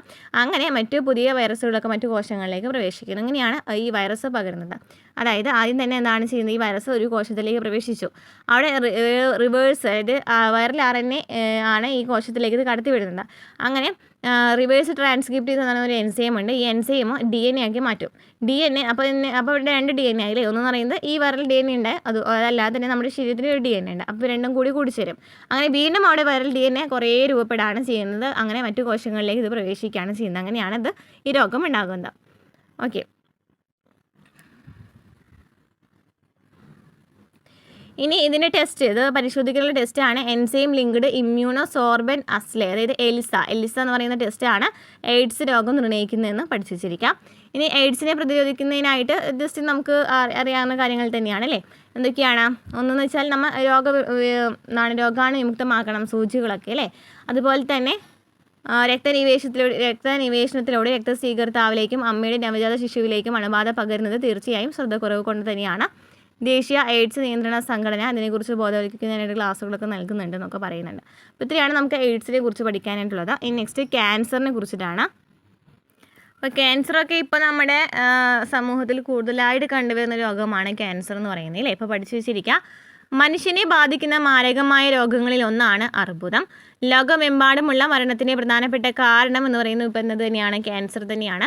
10 ലക്ഷത്തിൽ കൂടുതൽ ഇന്ത്യക്കാർ അർബുദത്താൽ ദുരിതം അനുഭവിക്കുന്നുണ്ട്. വർഷം തോറും വളരെയേറെ ആൾക്കാർ മരണപ്പെടുന്നുണ്ട്. ക്യാൻസർ ഉണ്ടാകാനുള്ള കാരണം അല്ലെങ്കിൽ കോശങ്ങളുടെ ഓങ്കോജനിക പരിവർത്തനങ്ങളൊക്കെ നമുക്ക് ഗവേഷണങ്ങളിലൊക്കെ പഠനമാക്കുന്നുണ്ടെന്നൊക്കെ പറയുന്നുണ്ട്. ഓക്കെ, നമ്മുടെ ശരീരത്തിൽ കോശത്തിൻ്റെ വളർച്ചയും രൂപാന്തരവും വളരെ കാര്യക്ഷമമായിട്ട് നിയന്ത്രിച്ചിരിക്കുന്നു. എന്നാൽ അർബുദ കോശങ്ങളിൽ ഈ നിയന്ത്രണ സംവിധാനത്തിന് തകരാറുകൾ സംഭവിക്കുന്നു. സാധാരണ കോശങ്ങളിൽ കാണപ്പെടുന്ന ഒരു പ്രത്യേകതയാണ് സമ്പർക്ക തടസ്സം. ഈ പ്രത്യേകതയിൽ മറ്റു കോശങ്ങളുമായി കോശങ്ങൾ സമ്പർക്കത്തിൽ വരുമ്പോൾ അവയുടെ അനിയന്ത്രിതമായ വളർച്ച തടയപ്പെടുന്നു. അർബുദ കോശങ്ങൾക്ക് ഈ സവിശേഷത നഷ്ടപ്പെടുന്നു. അതായത് ഈ ഒരു ക്യാൻസർ എന്ന് പറയുമ്പോൾ ഈ കോശങ്ങളിലേക്ക് എത്തി, കോശങ്ങൾ ഇങ്ങനെ മറ്റു പല കോശങ്ങളിലേക്ക് എത്തി ഇങ്ങനെ ഇരട്ടിച്ചിട്ടൊക്കെയാണ് ഇങ്ങനെ ഈ ഒരു ക്യാൻസർ ഉണ്ടാകുന്നത്, ക്യാൻസറിൻ്റെ ഒരു ഇത് പോകുന്നത്. അപ്പം ഇവിടെ പറയണത് എന്താണെന്ന് വെച്ചാൽ നമ്മുടെ ശരീരത്തിൽ കോശത്തിൻ്റെ വളർച്ചയും രൂപാന്തരമൊക്കെ വളരെ കാര്യക്ഷമമായിട്ട് നിയന്ത്രിച്ചിട്ടുണ്ട്. ഈ കോശങ്ങൾ ഇരട്ടിപ്പൊക്കെന്നാണ് പരമാവധി നിയന്ത്രിച്ചിട്ടുണ്ട്. അപ്പോൾ അർബുദ കോശങ്ങളിലാണെന്നുണ്ടെങ്കിൽ ഈ നിയന്ത്രണ സംവിധാനങ്ങൾക്ക് തകരാറ് സംഭവിക്കുകയാണ് ചെയ്യുക. അപ്പോൾ സാധാരണ കോശങ്ങളിൽ ഒരു തടസ്സം, സമ്പർക്ക തടസ്സം ഉണ്ടെന്ന് പറഞ്ഞു. അതായത് സമ്പർക്ക തടസ്സം എന്ന് വെച്ചാൽ എന്താണ്, ഈ കോശങ്ങളൊക്കെ വളർച്ച ഒരു പരമാവധി എന്താണ് നിയന്ത്രിക്കുന്നതിന് വേണ്ടിയിട്ടുള്ള ഒരു ഇതാണ് സമ്പർക്ക തടസ്സം എന്ന് പറയുന്നത്. പക്ഷേ ഈ ക്യാൻസർ കോശങ്ങൾ വരാണെന്നുണ്ടെങ്കിൽ ഈ സമ്പർക്ക വളർച്ച എന്ന് പറയുന്നത് അവിടെ വർക്ക് ചെയ്യണില്ല. അതായത് കോശത്തിന് തകരാറുണ്ടാവുകയാണ് ചെയ്യുന്നത്. ഈ പ്രത്യേകതയിൽ മറ്റു കോശങ്ങളുമായി കോശങ്ങൾ സമ്പർക്കത്തിൽ വരുമ്പോൾ അവയുടെ അനിയന്ത്രിതമായ വളർച്ച തടയപ്പെടുന്നു. അർബുദ കോശങ്ങൾക്ക് ഈ സവിശേഷത നഷ്ടപ്പെടുകയാണ് ചെയ്യുന്നത്. തൽഫലമായി അർബുദ കോശങ്ങൾ വിഭജനം തുടർന്ന് ഒരു കൂട്ടം കോശങ്ങളായി മാറുന്നു. ഇവയാണ് ട്യൂമറുകൾ എന്നറിയപ്പെടുന്ന മുഴകൾ. അപ്പോൾ എന്താ ചെയ്യുന്നത്, നമ്മൾ പറഞ്ഞു നമ്മുടെ ശരീരത്തിൽ എന്തുണ്ട്, ഇത് തടയുന്നതിനായി, അതായത് നമ്മുടെ കോശങ്ങളുടെയൊക്കെ വളർച്ച നിയന്ത്രിക്കുന്നതിനായിട്ട് എന്ത് കോശങ്ങളുണ്ട്, സമ്പർക്ക തടസ്സമുണ്ട് അല്ലേ. ഈ സമ്പർക്ക തടസ്സം എന്നൊരു പ്രത്യേകതയുണ്ട്. അപ്പോൾ ഈ ക്യാൻസർ കോശങ്ങൾക്ക് ഈ സമ്പർക്ക തടസ്സം എന്ന് പറയുന്ന ഒരു സംഭവം ഉണ്ടാകുന്നില്ല. അപ്പോൾ എന്ത് സംഭവിക്കും, ഈ ക്യാൻസർ കോശങ്ങളൊക്കെ വിഭജിക്കും. ക്യാൻസർ കോശങ്ങളൊക്കെ വിഭജിക്കും, അത് നിയന്ത്രിക്കാൻ പറ്റുന്നില്ല, അനിയന്ത്രിതമായിട്ടുള്ള വളർച്ചയാണ് അവിടെ വരുന്നത് അല്ലേ. അപ്പോൾ ഈ കോശങ്ങൾ വിഭജിക്കുമ്പോൾ ഒരു കൂട്ടം കോശങ്ങളായിട്ട് മാറും. ഇതിനെയാണ് ട്യൂമറുകൾ. അവിടെ അപ്പോൾ ചെറിയ മുഴകളൊക്കെ ഉണ്ടാകും. ഇതിനെയാണ് ട്യൂമറുകൾ എന്നറിയപ്പെടുന്നത്. ട്യൂമറുകൾ, ക്യാൻസറുകൾ 2 തരമാണുള്ളത്. അപകട സാധ്യത കുറവുള്ള ട്യൂമറും ഉണ്ട്, അപകട സാധ്യത കൂടുതലുള്ള ട്യൂമറും ഉണ്ട്. അപകട സാധ്യത കുറവുള്ള ട്യൂമർ എന്ന് വെച്ചാൽ സാധാരണയായി ശരീരത്തിലെ മറ്റുള്ള ഭാഗത്തേക്ക് വ്യാപിക്കാതെ അവയുടെ ഉത്ഭവസ്ഥാനത്ത് മാത്രം ഒതുങ്ങി നിൽക്കുന്നത് മൂലം കുറച്ച് കേടുപാടുകൾക്ക് മാത്രമേ കാരണമാകുന്നുള്ളൂ. അപ്പോൾ ഈ അപകട സാധ്യത കുറവുള്ള ട്യൂമർ എന്ന് വെച്ചാൽ എവിടെയാണോ ഈ ഒരു ക്യാൻസർ ഉണ്ടായിട്ടുള്ളത്, അല്ലെങ്കിൽ അത് ഈ ഒരു രോഗം ഉണ്ടായിട്ടുള്ളത്, ആ ഒരു ഭാഗത്തെ കോശങ്ങളെ മാത്രം നശിപ്പിക്കുന്നുള്ളൂ, മറ്റു കോശങ്ങളിലേക്കൊന്നും ഇത് പകരുന്നില്ല. അല്ലെങ്കിൽ മറ്റു കോശങ്ങളിലേക്കൊന്നും എത്തുന്നില്ല. എന്നാൽ മാരകമായ ട്യൂമർ എന്ത് ചെയ്യും, കോശങ്ങളുടെ എണ്ണം അതിവേഗം പെരുകുകയും സമീപ കലകളിലേക്ക് വ്യാപിക്കുകയും അവയെ നശിപ്പിക്കുകയും ചെയ്യുന്നു. ഇവയെ നിയോപ്ലാസ്റ്റിക് അഥവാ ട്യൂമർ കോശങ്ങൾ എന്ന് വിളിക്കുന്നു. ഇതിനെയാണ് നമ്മൾ വിളിക്കുന്നത് ട്യൂമർ കോശങ്ങൾ അല്ലെങ്കിൽ നിയോപ്ലാസ്റ്റിക് കോശങ്ങൾ എന്ന് വിളിക്കുന്നത്. എന്താ ചെയ്യുന്നത്, നിയോപ്ലാസ്റ്റിക് കോശങ്ങൾ അല്ലെങ്കിൽ ട്യൂമർ കോശങ്ങൾ എന്ന് വെച്ചാൽ എന്താണ്, ഈ ഒരു ട്യൂമർ കോശങ്ങളെണ്ണം പെരുകിയിട്ട് മറ്റു കലകളിലേക്ക് ഇവ എത്താണ് ചെയ്യുന്നത് അല്ലേ. കൂടാതെ പ്രധാന പോഷകങ്ങൾക്ക് വേണ്ടി സാധാരണ കോശങ്ങളുമായി മത്സരിച്ച് അവയ്ക്ക് പോഷക ദൗർലഭ്യം സൃഷ്ടിക്കുകയും ചെയ്യുന്നു. അപ്പോൾ ഇവയ്ക്ക് പോഷകം കിട്ടുന്നതിന് വേണ്ടിയിട്ട് മറ്റ് സാധാരണ നമ്മുടെ ശരീരത്തിലുള്ള പോഷകങ്ങളെ ആക്രമിക്കുകയാണ് ചെയ്യുന്നത്. അർബുദ കോശങ്ങൾ രക്തത്തിലൂടെ വിവിധ കലകളിൽ എത്തുകയും ശരീരത്തിൽ അവ എത്തിപ്പെടുന്ന ഭാഗങ്ങളിലെല്ലാം പുതിയ ട്യൂമറുകൾ രൂപപ്പെടുകയും ചെയ്യുന്നു. അർബുദ കോശങ്ങൾ, ക്യാൻസർ കോശങ്ങൾ രക്തത്തിലൂടെയാണ് പല ഭാഗങ്ങളിലേക്ക് എത്തുന്നത്. അതിനുശേഷം ഇവ എല്ലാ ഭാഗങ്ങളിലേക്ക് എത്തിയിട്ട് അവിടെയൊക്കെ ട്യൂമർ രൂപപ്പെടുന്നു. ഭയാനകമായ ഈ സ്വഭാവ സവിശേഷത എന്നറിയപ്പെടുന്നത് മെറ്റാസ്റ്റാസിസ് എന്നാണ് അറിയപ്പെടുന്നത്. അപ്പം നമ്മൾ പറഞ്ഞു 2 തരം ട്യൂമർ ഉണ്ട് അല്ലേ, 2 തരം ട്യൂമർ ഉണ്ട്. അപകട സാധ്യത കുറവുള്ള ട്യൂമറുണ്ട്, അപകട സാധ്യത കൂടുതലുള്ള ട്യൂമറുണ്ട്. അപകട സാധ്യത കുറവുള്ള ട്യൂമർ എന്ന് വെച്ചാൽ നമ്മുടെ ശരീരത്തിൽ എവിടെയാണോ ക്യാൻസർ ഉണ്ടായിട്ടുള്ളത് ആ ഒരു ഭാഗത്ത് മാത്രം നിൽക്കുന്നുള്ളൂ, വേറൊരു സ്ഥലങ്ങളിലേക്ക് ഇത് വ്യാപിക്കുന്നില്ല. എന്നാൽ മാരകമായ ട്യൂമർ എന്ന് വെച്ചാൽ ഈ കോശങ്ങൾ ഇങ്ങനെ എല്ലാ കലകളിലേക്കും വ്യാപിക്കുകയാണ്. അതെങ്ങനെയാണ് വ്യാപിക്കുന്നത്, രക്തം വഴിയാണ് വ്യാപിക്കുന്നത്. ഇതിനെയാണ് ട്യൂമർ കോശങ്ങൾ എന്നറിയപ്പെടുന്നത്. അപ്പോൾ ഇങ്ങനെ ഈ കോശങ്ങൾ ഇങ്ങനെ എത്തിയിട്ട് കുറേ ട്യൂമറുകൾ രൂപപ്പെടും. അതിനെയാണെന്ന് അറിയപ്പെടുന്നത് മെറ്റാസ്റ്റാസിസ് എന്ന് അറിയപ്പെടുന്നത്. ഇനി അർബുദത്തിൻ്റെ കാരണങ്ങൾ എന്തൊക്കെയാണ്? സാധാരണ കോശങ്ങൾ ഭൗതികവും രാസികവും ജൈവികവുമായ ഘടകങ്ങളുടെ പ്രേരണയാൽ അർബുദ കോശങ്ങളായി രൂപാന്തരപ്പെടുന്നു. ഈ ഘടകങ്ങളെ അർബുദകാരികൾ എന്ന് വിളിക്കുന്നു. എക്സ് കിരണങ്ങൾ, ഗാമ കിരണങ്ങൾ പോലുള്ള അയോണിക വികിരണങ്ങൾ, അൾട്രാവയലറ്റ് വികിരണങ്ങൾ പോലുള്ള അയോണികമല്ലാത്ത വികിരണങ്ങൾ എന്നിവയെല്ലാം DNA-ക്ക് കേടുപാടുകൾ ഉണ്ടാക്കുകയും തൽഫലമായി അർബുദ കോശങ്ങൾ രൂപപ്പെടുകയും ചെയ്യുന്നു. പുകയിലടങ്ങിയിരിക്കുന്ന രാസീയ അർബുദകാരികളാണ് ശ്വാസകോശ അർബുദങ്ങൾക്ക് നിദാനം. ഓങ്കോജീനുകൾ എന്നറിയപ്പെടുന്ന വൈറൽ ഓങ്കോജീനുകൾ അടങ്ങിയ വൈറസുകളായ ഓങ്കോജനിക് വൈറസുകളാണ് അർബുദത്തിന് കാരണമാകുന്ന വൈറസുകൾ. അപ്പോൾ ഇവിടെ എന്താ പറയുന്നതെന്ന് വെച്ചാൽ അർബുദകാരികൾ എന്നാണ്. ഇങ്ങനെ സാധാരണ കോശങ്ങളിൽ ഈ ഘടകങ്ങളിലൊക്കെ മാറ്റമുണ്ടാക്കുന്ന അർബുദ കോശങ്ങളായിട്ട് സാധാരണ കോശങ്ങൾ അർബുദ കോശങ്ങളായിട്ട് രൂപപ്പെടുന്നുണ്ടല്ലോ. ഈ ഘടകങ്ങൾ ഇതിന് പ്രേരണയാക്കുന്ന ഘടകങ്ങളെയാണ് അർബുദകാരികൾ എന്ന് വിളിക്കുന്നത്. എക്സ് കിരണങ്ങളും ഗാമ കിരണങ്ങൾ പോലുള്ള അയോണിക വികിരണങ്ങളും അൾട്രാവയലറ്റ് വികിരണങ്ങൾ പോലുള്ള അയോണികമല്ലാത്ത വികിരണങ്ങളൊക്കെ എന്താണ് ഇങ്ങനെ അർബുദകാരികളാണെന്ന് പറയാം. ഇതൊക്കെ മൂലം എന്താണ് അർബുദങ്ങൾ ക്യാൻസർ ഉണ്ടാകാൻ ചാൻസ് ഉണ്ട് അല്ലേ. അതുപോലെ തന്നെ പുകയിലിൻ്റെ കാര്യം നോക്കുകയാണെന്നുണ്ടെങ്കിൽ പുകയിലയിൽ എന്തുണ്ടായിരിക്കും, പുകയിലുണ്ടായിരിക്കുന്ന രാസീയ അർബുദകാരികളുണ്ട്.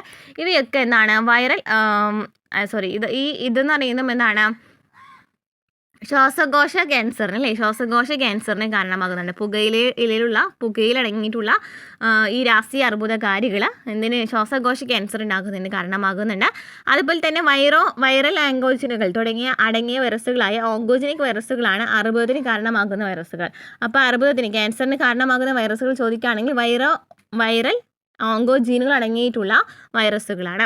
സാധാരണ കോശങ്ങളിൽ തിരിച്ചറിയപ്പെടുന്നതിനുള്ള നിരവധി ജീനുകളായ കോശകീയ ഓങ്കോജീനുകൾ അഥവാ പ്രോട്ടോ ഓങ്കോജീനുകൾ ചില പ്രത്യേക സാഹചര്യങ്ങളിൽ സജീവമാക്കപ്പെടുകയും സാധാരണ കോശങ്ങളെ അർബുദ രൂപാന്തരണത്തിലേക്ക് നയിക്കുകയും ചെയ്യുന്നു. അപ്പോൾ കോശകീയ ഓങ്കോജീനുകൾ അല്ലെങ്കിൽ പ്രോട്ടോ ഓങ്കോജീനുകൾ ചില പ്രത്യേക സാഹചര്യങ്ങളിൽ സജീവമാക്കപ്പെടും, സാധാരണ കോശങ്ങളെ അർബുദ രൂപാന്തരണത്തിലേക്ക് എത്തിക്കുകയും ചെയ്യുന്നുണ്ട്. ഇനി അർബുദത്തിൻ്റെ കണ്ടെത്തലും രോഗനിർണയവും എന്ത് ചെയ്യേണ്ടത്? ആദ്യം തുടക്കത്തിൽ രോഗനിർണയം സാധ്യമായാൽ ചികിത്സിച്ച് ഭേദപ്പെടുത്താവുന്ന ഒരു അസുഖം തന്നെയാണ് ക്യാൻസർ എന്ന് പറയുന്നത്. രക്താർബുദം കണ്ടെത്തുന്നതിനായിട്ട് ശ്വേതരക്താണുക്കളുടെ എണ്ണം പരിശോധിക്കുകയാണ് ചെയ്യേണ്ടത്. മറ്റ് അർബുദങ്ങളുടെ പരിശോധനയ്ക്കായിട്ട് കലകളുടെ രോഗലക്ഷണ പഠനം നടത്തണം. അസ്ഥിമജ്ജയുടെയും രക്തത്തിൻ്റെയും പരിശോധനകൾ നടത്തണം. ബയോപ്സി വഴിയൊക്കെയാണ് നമുക്ക് ഒരു ക്യാൻസർ ഉണ്ടോ എന്നൊക്കെ അറിയാനായിട്ട് പറ്റുള്ളൂ. ബയോപ്സി എന്ന് വെച്ചാൽ എന്താണ്? ബയോപ്സി എന്ന് വെച്ചാൽ എന്താണ്? അതായത് സൂക്ഷ്മദർശിനി ഉപയോഗിച്ച് ഹിസ്റ്റോപത്തോളജിക്കൽ പഠനങ്ങളാണ്. അപ്പോൾ ഇവ ഉപയോഗിച്ച് പാത്തോളജിസ്റ്റ് നിരീക്ഷിക്കുന്നതാണ് ബയോപ്സി എന്ന് പറയുന്നത്. ശരീരത്തിനകത്തുള്ള അവയവങ്ങളിലെ അർബുദങ്ങളുടെ കണ്ടെത്തലിന് റേഡിയോഗ്രഫിയിൽ എക്സ് കിരണങ്ങൾ ഉപയോഗിച്ചിട്ട് അതുപോലെ തന്നെ CT എന്ന് വെച്ചതാണ് കമ്പ്യൂട്ടർ ടൊമോഗ്രഫി, പിന്നെ MRI അല്ലെ മാഗ്നറ്റിക് റെസൊണൻസ് ഇമേജിംഗ് എന്ന് പറയുന്ന നൂതന സാങ്കേതിക വിദ്യകളൊക്കെ ഉപയോഗിച്ചിട്ടാണ് ഈ ടെസ്റ്റ് നടത്തുന്നത്. അപ്പോൾ എക്സ് കിരണങ്ങൾ അതായത് റേഡിയോഗ്രഫി ഉപയോഗിക്കുന്നുണ്ട്, CT ഉപയോഗിക്കുന്നുണ്ട്, MRI ഒക്കെ ഉപയോഗിക്കാം. പിന്നെ കമ്പ്യൂട്ടർ ടോമോഗ്രഫി അതായത് CTയിൽ ഒരു വസ്തുവിൻ്റെ ഉൾവശത്തിൻ്റെ ത്രിമാന പ്രതിബിംബം വികസിപ്പിക്കുന്നതിനായിട്ട് എക്സ് കിരണങ്ങൾ ഇവിടെ ഉപയോഗിക്കുന്നുണ്ട്. അതായത് നമ്മൾ പറഞ്ഞു CTയിൽ കമ്പ്യൂട്ടർ ടോമോഗ്രഫി എന്ന് പറയുമ്പോൾ അവിടെ എക്സ് കിരണങ്ങൾ ഉപയോഗിക്കുന്നുണ്ട്. അതുപോലെ തന്നെ MRIയിൽ ജീവനുള്ള കലകളിലെ രോഗനിർണയവും ശാരീരികമായ മാറ്റങ്ങളും കൃത്യമായി കണ്ടെത്താനായിട്ട് ശക്തമായ കാന്തിക മേഖലയും അയോണികമല്ലാത്ത വികിരണങ്ങളും ഉപയോഗിക്കുന്നുണ്ട്. അപ്പോൾ നമ്മൾ CT ചെയ്യുകയാണെന്നുണ്ടെങ്കിൽ എക്സ് കിരണങ്ങളാണ് ഉപയോഗിക്കുന്നത്. എന്നാൽ MRI ചെയ്യുകയാണെന്നുണ്ടെങ്കിലോ ശക്തമായ കാന്തിക മേഖലയും അയോണികമല്ലാത്ത വികിരണങ്ങളും ഇവിടെ ഉപയോഗിക്കുന്നുണ്ട്. ചില അർബുദങ്ങളുടെ കണ്ടുപിടുത്തത്തിനായിട്ട് അർബുദ നിർദ്ദിഷ്ട ആൻറ്റിജനുകളെ കണ്ടെത്താൻ കഴിയുന്ന ആൻറ്റിബോഡികളും ഉപയോഗിക്കുന്നുണ്ട്. അർബുദ രോഗം പാരമ്പര്യമായി ഉണ്ടാകാൻ സാധ്യതയുള്ള വ്യക്തികളിൽ ഇത്തരം ജീനുകൾ കണ്ടെത്താനായി തന്മാത്രാ ജീവശാസ്ത്രത്തിൻ്റെ സാങ്കേതികവിദ്യ ഉപയോഗിച്ച് കണ്ടുവരുന്നു. പാരമ്പര്യമായി ഉണ്ടാകാൻ സാധ്യതയുള്ള അർബുദങ്ങളുടെ ജീനുകൾ കണ്ടെത്തുന്നതിലൂടെ ഈ വ്യക്തികൾക്ക് ചില പ്രത്യേക തരം അർബുദകാരികളെ ഒഴിവാക്കി അർബുദ സാധ്യത കുറയ്ക്കാനായിട്ട് പറ്റും. എക്സാമ്പിൾ പറയുകയാണെങ്കിൽ ചില വ്യക്തികളിൽ പുകവലി ഒഴിവാക്കിയാൽ തന്നെ ഈ ശ്വാസകോശ ക്യാൻസറൊക്കെ ഒഴിവാക്കാനായിട്ട് പറ്റും. ഇനി അർബുദത്തിന് ചികിത്സ എന്തൊക്കെയാണ് ചെയ്യുക? വികിരണ ചികിത്സ അല്ലെ, റേഡിയേഷൻ തെറാപ്പി ചെയ്യും, പ്രതിരോധ ചികിത്സ അതായത് ഇമ്മ്യൂണോ തെറാപ്പി ചെയ്യും, ശസ്ത്രക്രിയ സർജറിയും ചെയ്യും. പിന്നെ അർബുദകോശ സമൂഹങ്ങൾക്ക് ചുറ്റുമുള്ള സാധാരണ കോശങ്ങൾക്ക് ക്ഷതം ഏൽക്കാത്ത രീതിയിൽ അർബുദകോശങ്ങളെ വികിരണം ഉപയോഗിച്ച് നശിപ്പിക്കുന്ന രീതിയാണ് വികിരണ ചികിത്സ എന്ന് പറയുന്നത്. അതായത് അർബുദകോശ അതായത് നമ്മൾ പറഞ്ഞു ഒരു കലയിൽ നിന്ന് മറ്റു കലകളിലേക്ക് ഇങ്ങനെ പകരില്ലേ. അപ്പോൾ അവിടെയൊക്കെ എന്താണ് ഈ ഒരു അതായത് ഏത് വികിരണങ്ങളൊക്കെ ഉപയോഗിച്ചിട്ട് ഇവയെ നശിപ്പിക്കുന്നതിനാണ് വികിരണ ചികിത്സ എന്ന് പറയുന്നത്. പിന്നെ അർബുദകോശങ്ങളെ നശിപ്പിക്കാനായിട്ട് വിവിധ തരം രാസപദാർത്ഥങ്ങൾ ഉപയോഗിക്കുന്ന ചികിത്സാ രീതിയാണ് രാസചികിത്സ. രാസചികിത്സ എന്ന് വെച്ചാൽ വിവിധ തരം രാസപദാർത്ഥങ്ങൾ ഉപയോഗിക്കുന്നുണ്ട്.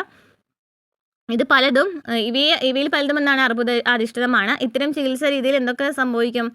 ഭൂരിഭാഗം ഔഷധങ്ങൾ മുടി കൊഴിച്ചിൽ, വിളർച്ച തുടങ്ങിയ പാർശ്വഫലങ്ങൾ ഉളവാക്കുന്നു. ശസ്ത്രക്രിയ, വികിരണ ചികിത്സ, രാസചികിത്സ തുടങ്ങിയവയുടെ സംയോജക ചികിത്സാ രീതിയാണ് മിക്ക അർബുദങ്ങളെയും ചികിത്സയ്ക്കായിട്ട് ഉപയോഗിച്ച് വരുന്നത്. അപ്പോൾ ഇവ മൂന്നും എന്താണ് ക്യാൻസറിന് ഉപയോഗിക്കുന്ന ചികിത്സകളാണ്. അതിനാൽ അർബുദകോശങ്ങളെ തിരിച്ചറിയാനോ നശിപ്പിക്കാനോ പ്രതിരോധ വ്യവസ്ഥയ്ക്ക് സാധിക്കില്ല. നമ്മുടെ പ്രതിരോധ വ്യവസ്ഥയ്ക്ക് ക്യാൻസർ കോശങ്ങളെ തിരിച്ചറിയാനായിട്ട് പറ്റില്ല. അതിനാൽ തന്നെ ആൽഫ ഇൻ്റർഫെറോൺ പോലുള്ള ജൈവ പ്രതിപ്രവർത്തന ഉപാധികൾ ഉപയോഗിച്ച് പ്രതിരോധ വ്യവസ്ഥയെ ഉത്തേജിപ്പിക്കുകയും അർബുദകോശങ്ങളെ നശിപ്പിക്കാൻ പ്രാപ്തമാക്കുകയും ചെയ്യണം. അപ്പോൾ ഇങ്ങനെ പ്രതിരോധ വ്യവസ്ഥയെ നമുക്ക് ഈ ക്യാൻസർ കോശങ്ങളൊന്നും നമ്മുടെ പ്രതിരോധ വ്യവസ്ഥയ്ക്ക് തിരിച്ചറിയാൻ പറ്റില്ല. അതിനാൽ തന്നെ ആൽഫ ഇൻ്റർഫെറോൺ പോലുള്ള ജൈവ പ്രതിപ്രവർത്തന ഉപാധികൾ ഉപയോഗിച്ചിട്ടാണ് പ്രതിരോധ വ്യവസ്ഥയെ ഉത്തേജിപ്പിക്കുന്നതും അർബുദ ജനിതക കോശങ്ങളെ നശിപ്പിക്കുകയൊക്കെ ചെയ്യുന്നത്. അപ്പോൾ ഇത്രയാണ് നമുക്ക് ക്യാൻസറിനെ കുറിച്ച് പഠിക്കാനായിട്ടുള്ളത്. ഡീറ്റെയിൽ ആയിട്ട് നമ്മൾ പറഞ്ഞിട്ടാണ് ഇനി വീണ്ടും പറയുന്നില്ല. നെക്സ്റ്റ് വരുന്നത് മയക്കുമരുന്ന്, മദ്യം എന്നിവയുടെ ദുരുപയോഗമാണ്. നമുക്കറിയാവുന്ന കാര്യമാണ്. ഞാൻ ജസ്റ്റ് ഇതൊന്ന് ഫോർവേഡ് ചെയ്തിടാം, അതൊന്ന് വായിച്ച് നോക്കാം കേട്ടോ. അപ്പോൾ നമുക്ക് പ്രധാനമായിട്ടും പഠിച്ചു വെച്ചിരിക്കുന്നത് ഒപ്പിയോയിഡുകൾ, കന്നാബിനോയിഡുകൾ, കൊക്ക, ആൽക്കലോയിഡുകൾ എന്നിവയാണ് സാധാരണയായിട്ട് ദുരുപയോഗം ചെയ്യുന്ന മയക്കുമരുന്നുകൾ. മയക്കുമരുന്നുകൾ ഏതൊക്കെയാണ്? ഒപ്പിയോയിഡുകൾ, അതുപോലെ തന്നെ കന്നാബിനോയിഡുകൾ, കൊക്ക, ആൽക്കലോയിഡുകൾ എന്നിവയൊക്കെയാണ് കൂടുതലായിട്ട് ഉപയോഗിക്കുന്ന മയക്കുമരുന്നുകൾ. അതുപോലെ തന്നെ കേന്ദ്രനാഡി വ്യൂഹത്തിലും അന്നനാളത്തിലും കാണപ്പെടുന്ന നിർദ്ദിഷ്ട ഒപ്പിയോയിഡ് ഗ്രാഹികളെ ഉദ്ദീപിപ്പിക്കപ്പെടുന്ന മയക്കുമരുന്നാണ് ഈ ഒപ്പിയോയിഡുകൾ എന്ന് പറയുന്നത്. അതുപോലെ ഇതിൻ്റെ രാസനാമം എന്നറിയപ്പെടുന്നത് എന്താണ്? ഹെറോയിനെ സാധാരണയായിട്ട് സ്മോക്ക് എന്ന് വിളിക്കുന്നുണ്ട്. ഇതിൻ്റെ രാസനാമത്തെ ഡൈ അസറ്റൈൽ മോർഫിൻ എന്നാണ് വിളിക്കുന്നത്. വെളുത്തതും മണമില്ലാത്തതും കയ്പേറിയതുമായുള്ള പരലുകളാണ് ഇവ. പപ്പാവർ സോംനിഫർ എന്നറിയപ്പെടുന്ന പോപ്പി ചെടി കരയിൽ നിന്നും വേർതിരിച്ചെടുക്കുന്ന മോർഫിൻ എന്ന് പറയുന്ന പദാർത്ഥത്തെ അസ്റ്റിലേഷൻ നടത്തിയിട്ടാണ് ഇവ ഉൽപ്പാദിപ്പിക്കപ്പെടുന്നത്. ഒപ്പിയോയിഡുകൾ എങ്ങനെയാണ് ഉൽപ്പാദിപ്പിക്കപ്പെടുന്നത് എന്നൊക്കെയാണ് ഇവിടെ പറയുന്നത്.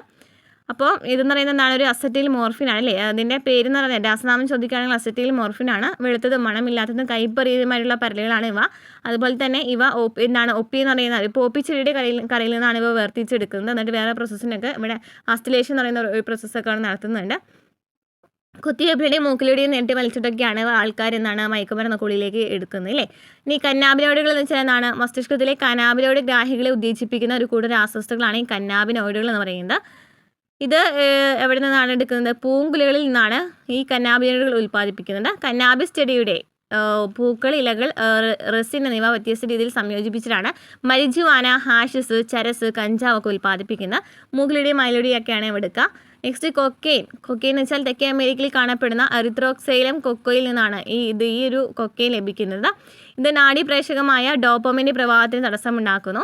സാധാരണയായി കോക്ക് അഥവാ ക്രാക്ക് എന്ന് വിളിക്കുന്ന കൊക്കെയിൻ മൂക്കിലൂടെയാണ് വലിച്ചെടുക്കുന്നത്. ഇത് കേന്ദ്ര നാഡി വ്യൂഹത്തിനെ ശക്തമായി ഉത്തേജിപ്പിക്കുകയും ഉന്മദാവസ്ഥയിൽ എത്തിക്കുകയും ചെയ്യുന്നു. കൊക്കെയിനിന് അമിതമായ അളവ് മദ്യഭ്രമത്തിന് കാരണമാകും നമുക്ക് പറയുന്നുണ്ട്. പിന്നെ എന്തൊക്കെയാണ്? ഇതൊക്കെ ഒന്ന് വായിച്ച് നോക്കാം കേട്ടോ. ഫുള്ളിരുന്ന് വായിക്കുന്നില്ല. വിഷാദവും ഉറക്കക്കുറവും പോലുള്ള മാനസിക രോഗങ്ങളെ നേരിടാൻ രോഗികളെ സഹായിക്കുന്ന മരുന്നുകളാണ് ഈ ബാർബിറേറ്റുകൾ, പിന്നെ ആംഫിറ്റമിനുകൾ, ആനമയക്കി, ലൈസർജിക് ആസിഡ് എന്നിവ. വിഷാദവും ഡിപ്രഷൻസൊക്കെ ഉണ്ടാകുന്ന രോഗികൾക്ക് ഉപയോഗിക്കുന്ന മരുന്നുകളാണ് ബാർബിറ്ററേറ്റുകളും പിന്നെന്താണ് ആംഫിറ്റമിനുകളും, ആനമയക്കികൾ, പിന്നെ ലൈസർജിക് ആസിഡ് ഒക്കെ. പിന്നെ ശസ്ത്രക്രിയയ്ക്ക് വിധേയമാക്കുന്ന രോഗികൾക്ക് ഫലപ്രദമായ മയക്കുമരുന്നും വേദന സംഹാരിയുമാണ് മോർഫിൻ. മോർഫിൻ എന്ന് പറയുന്നത് എന്താണ്? മയക്കുമരുന്ന് തന്നെയാണെന്നുണ്ടെങ്കിലും ഇതെന്താണ് നമുക്ക് രോഗങ്ങൾ, ചില ശസ്ത്രക്രിയയ്ക്ക് വിധേയമാക്കുന്ന രോഗകാരികൾക്കൊക്കെ മയക്കുമരുന്നിനൊക്കെ വേണ്ടിയിട്ട് മയക്കുമരുന്ന് വേദന സംഹാരിയായിട്ടൊക്കെ ഇത് ഉപയോഗിക്കുന്നുണ്ട്. അതുപോലെ തന്നെ മതിഭ്രമദായക സ്വഭാവമുള്ള ധാരാളം സസ്യങ്ങൾ, പഴങ്ങൾ, വിത്തുകൾ എന്നിവ പരമ്പരാഗത ഔഷധങ്ങളായും മതപരമായ ചടങ്ങുകളിലെ ആചാരങ്ങളുടെയും ഭാഗമായി നൂറുകണക്കിന് വർഷങ്ങളായി ലോകമെമ്പാടും ഉപയോഗിച്ച് വരുന്നുണ്ട്. പിന്നെ പുകവലി ഹൃദ്രോഗങ്ങളിലേക്ക് നയിക്കുന്നുണ്ട്. 400 വർഷത്തിലധികമായി മനുഷ്യർ പുകയില ഉപയോഗിച്ചിട്ട് വരുന്നുണ്ട്. ഇവ വലിച്ചും ചവച്ചരച്ച് ഒക്കെ ഉപയോഗിക്കാം. നിക്കോട്ടിൻ എന്ന് പറയുന്ന ആൽക്കലോയിഡ് ഉൾപ്പെടെയുള്ള ധാരാളം രാസപദാർത്ഥങ്ങൾ പുകയിലയിൽ അടങ്ങിയിട്ടുണ്ട്. നിക്കോട്ടിൻ അഡ്രിനൽ ഗ്ലാൻഡിനെ ഉത്തേജിപ്പിച്ചിട്ട് അഡ്രിനാലും നോർ അഡ്രിനാൽ എന്നിവയെ രക്തത്തിലേക്ക് സ്രവിപ്പിക്കപ്പെടുന്നു. ഇവ രക്തസമ്മർദ്ദം, ഹൃദയമിടിപ്പ് വർദ്ധിപ്പിക്കുന്നു. ശ്വാസകോശം, മൂത്രാശയം, തൊണ്ട എന്നിവിടങ്ങളിൽ അർബുദം, ബ്രോങ്കൈറ്റിസ്, എംഫോസീമ, ഹൃദ്രോഗം, ആമാശയത്തിലെ അൾസർ തുടങ്ങിയവയൊക്കെ പുകയിലേക്ക് കാരണമാകുന്നുണ്ട്. അതുപോലെ തന്നെ പുകയില ചവയ്ക്കുന്നത് വദനഗ്രഹത്തിലെ അർബുദത്തിനുള്ള സാധ്യത കൂട്ടുന്നുണ്ട്. രക്തത്തിലെ കാർബൺ മോണോക്സൈഡിൻ്റെ അളവ് വർദ്ധിപ്പിക്കുന്നതിന് രക്തകോശങ്ങളിലെ ഓക്സിജൻ സംവഹനശേഷി കുറയ്ക്കുന്നു. തൽഫലമായി ശരീരത്തിലെ ആവശ്യത്തിന് ഓക്സിജൻ ലഭിക്കാതെ വരുന്നു. അപ്പോൾ പുകവലിയെക്കുറിച്ചിട്ടുള്ള കാര്യങ്ങളാണ് ഇവിടെ പറയുന്നത്. ഇനി കൗമാരക്കാരൊക്കെ നന്നായിട്ട് ഉപയോഗിക്കുന്നുണ്ട്. അപ്പോൾ അതൊക്കെ ടെലിവിഷനിലൂടെയും സിനിമകളിലും വർത്തമാന പത്രങ്ങളിലൂടെയൊക്കെ ഇത് ഉപയോഗിക്കാൻ പ്രേരിപ്പിക്കുന്നുണ്ട് കുട്ടികളെ എന്നൊക്കെ പറയുന്നുണ്ട് അല്ലേ. ഇത് കുട്ടികളിൽ ജിജ്ഞാസ, വെല്ലുവിളി നേരിടാനുള്ള സാഹസിക കൃത്യങ്ങൾ ഏർപ്പെടാനുള്ള അഭിവാജ്ഞമൊക്കെ ഉണ്ടാക്കുന്നുണ്ട്. ഇനി ആസക്തിയും ആശ്രയിത്വവും ഇതൊക്കെ നമുക്ക് കൺട്രോൾ ചെയ്യാവുന്നുള്ളൂ അല്ലേ.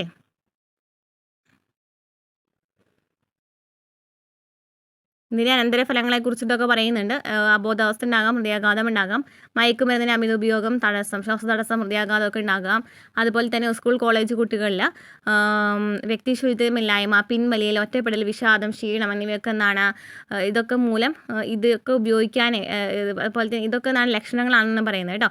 കുട്ടികൾക്ക് ഉള്ള ലക്ഷണങ്ങളാണ്. നിഷേധ മനോഭാവം, കുടുംബവും സുഹൃത്തുക്കളുമായിട്ടുള്ള ബന്ധത്തിലെ ശൈഥില്യം, വിനോദങ്ങളിൽ താല്പര്യക്കുറവ്, ഉറക്കത്തിലെ ഭക്ഷണശീലങ്ങളിലുള്ള മാറ്റം, ശരീരഭാരത്തിലെ വ്യതിയാനങ്ങൾ, വിശപ്പില്ലായ്മയൊക്കെ എന്താണ് ഈ ഒരു മയക്കുമരുന്നൊക്കെ ഉപയോഗിക്കുന്നുണ്ടെന്നുള്ളത് ഒരു ലക്ഷണമാണ് അല്ലേ, ഉപയോഗിക്കുന്നവരുടെ ലക്ഷണങ്ങളാണ് പറയുന്നത്. അതുപോലെ തന്നെ സൂചി സിറിഞ്ച് ഉപയോഗിച്ചിട്ടൊക്കെ മയക്കുമരുന്നൊക്കെ കുത്തിവെക്കുന്നുണ്ട് കുട്ടികൾ. അതുപോലെ തന്നെ എന്താണ് ഇപ്പോൾ മദ്യത്തിൻ്റെ ഉപയോഗം നോക്കുകയാണെങ്കിൽ കരളിൽ എന്താണ് സിറോസിസ് എന്ന് പറയുന്ന രോഗത്തിന് കാരണമാകുന്നുണ്ട്. അതുപോലെ തന്നെ ഇതിൻ്റെ ലക്ഷണങ്ങളൊക്കെ പറയുന്നുണ്ട് കേട്ടോ. പുരുഷന്മാരിലെ എന്തൊക്കെ ലക്ഷണങ്ങളാണ് ഇവിടെ കാണിക്കുന്നതെന്ന് പറയുന്നുണ്ട്. പിന്നെ ഇതൊക്കെ നമുക്ക് ഒഴിവാക്കാൻ വേണ്ടിയിട്ട് പറ്റും. സഹപാഠികളിൽ നിന്ന് സമ്മർദ്ദം ഒഴിവാക്കുക, ബോധവൽക്കരണ ഉപദേശം കൊടുക്കുക, മാതാപിതാക്കളിൽ നിന്നും സഹപാഠികളിൽ നിന്നും സഹായം തേടാം, അപകട സൂചനകൾ അന്വേഷിക്കുക, വൈദ്യസഹായം തേടുക. അതൊക്കെയാണ് ചെയ്യേണ്ടത്. അപ്പോൾ ഇത്രയാണ് നമുക്ക് ഈ ഒരു ചാപ്റ്ററിൽ പഠിക്കാനായിട്ടുള്ളത്. ഡീറ്റെയിൽ ആയിട്ടുള്ള ഒരു ചാപ്റ്റർ തന്നെയായിരുന്നു. മനസ്സിലായിട്ടുണ്ടെന്ന് വിചാരിക്കുന്നു. മനസ്സിലായിട്ടുണ്ടെങ്കിലേക്ക് കമൻറ്റ് ചെയ്യുക, ഹൈപ്പ് ചെയ്യുക. ഇതിന് ശേഷം നമുക്ക് ഒരു ദിവസം നമുക്ക് ഈ പഠിക്കുന്ന ബയോളജി ചാപ്റ്റേഴ്സ് നമ്മളിങ്ങനെ ഓരോ NCERT ചാപ്റ്റേഴ്സ് ഉണ്ടല്ലോ, ഓരോ സബ്ജക്റ്റ് വൈസ് ആയിട്ട് നമ്മൾ ഡീറ്റെയിൽ ആയിട്ട് ചെറിയ ചെറിയ ക്ലാസ്സുകളായിട്ട്, അതായത് എല്ലാ ചാപ്റ്റേഴ്സും ഉൾക്കൊണ്ട് പ്രധാനപ്പെട്ട പോയിൻറ്റ്സ് മാത്രം എടുത്തിട്ടുള്ള കുറച്ച് ക്ലാസ്സുകൾ തന്നിട്ടുണ്ടായിരുന്നു. ഇപ്പോൾ സുവോളജി നമ്മൾ തന്നിട്ടില്ല. ബാക്കി constitution, world geography, Indian geography, പിന്നെ എന്താ ചെയ്തിട്ടുണ്ടായിരുന്നത്, എക്കണോമിക്സ്, കോൺസ്റ്റിറ്റ്യൂഷനൊക്കെ നമ്മൾ ഡീറ്റെയിൽ ആയിട്ട് നമ്മൾ ചെയ്തിട്ടുണ്ടായിരുന്നു. അപ്പോൾ ഇതുപോലെ തന്നെ നമുക്ക് ബയോളജിയും ചെയ്യാം കേട്ടോ. അപ്പോൾ ക്ലാസ്സുകൾ മനസ്സിലാകുന്നുണ്ടെങ്കിൽ സപ്പോർട്ട് ചെയ്യുക. പ്ലേലിസ്റ്റും കൂടി ഒന്ന് ചെക്ക് ചെയ്ത് നോക്കാം കേട്ടോ.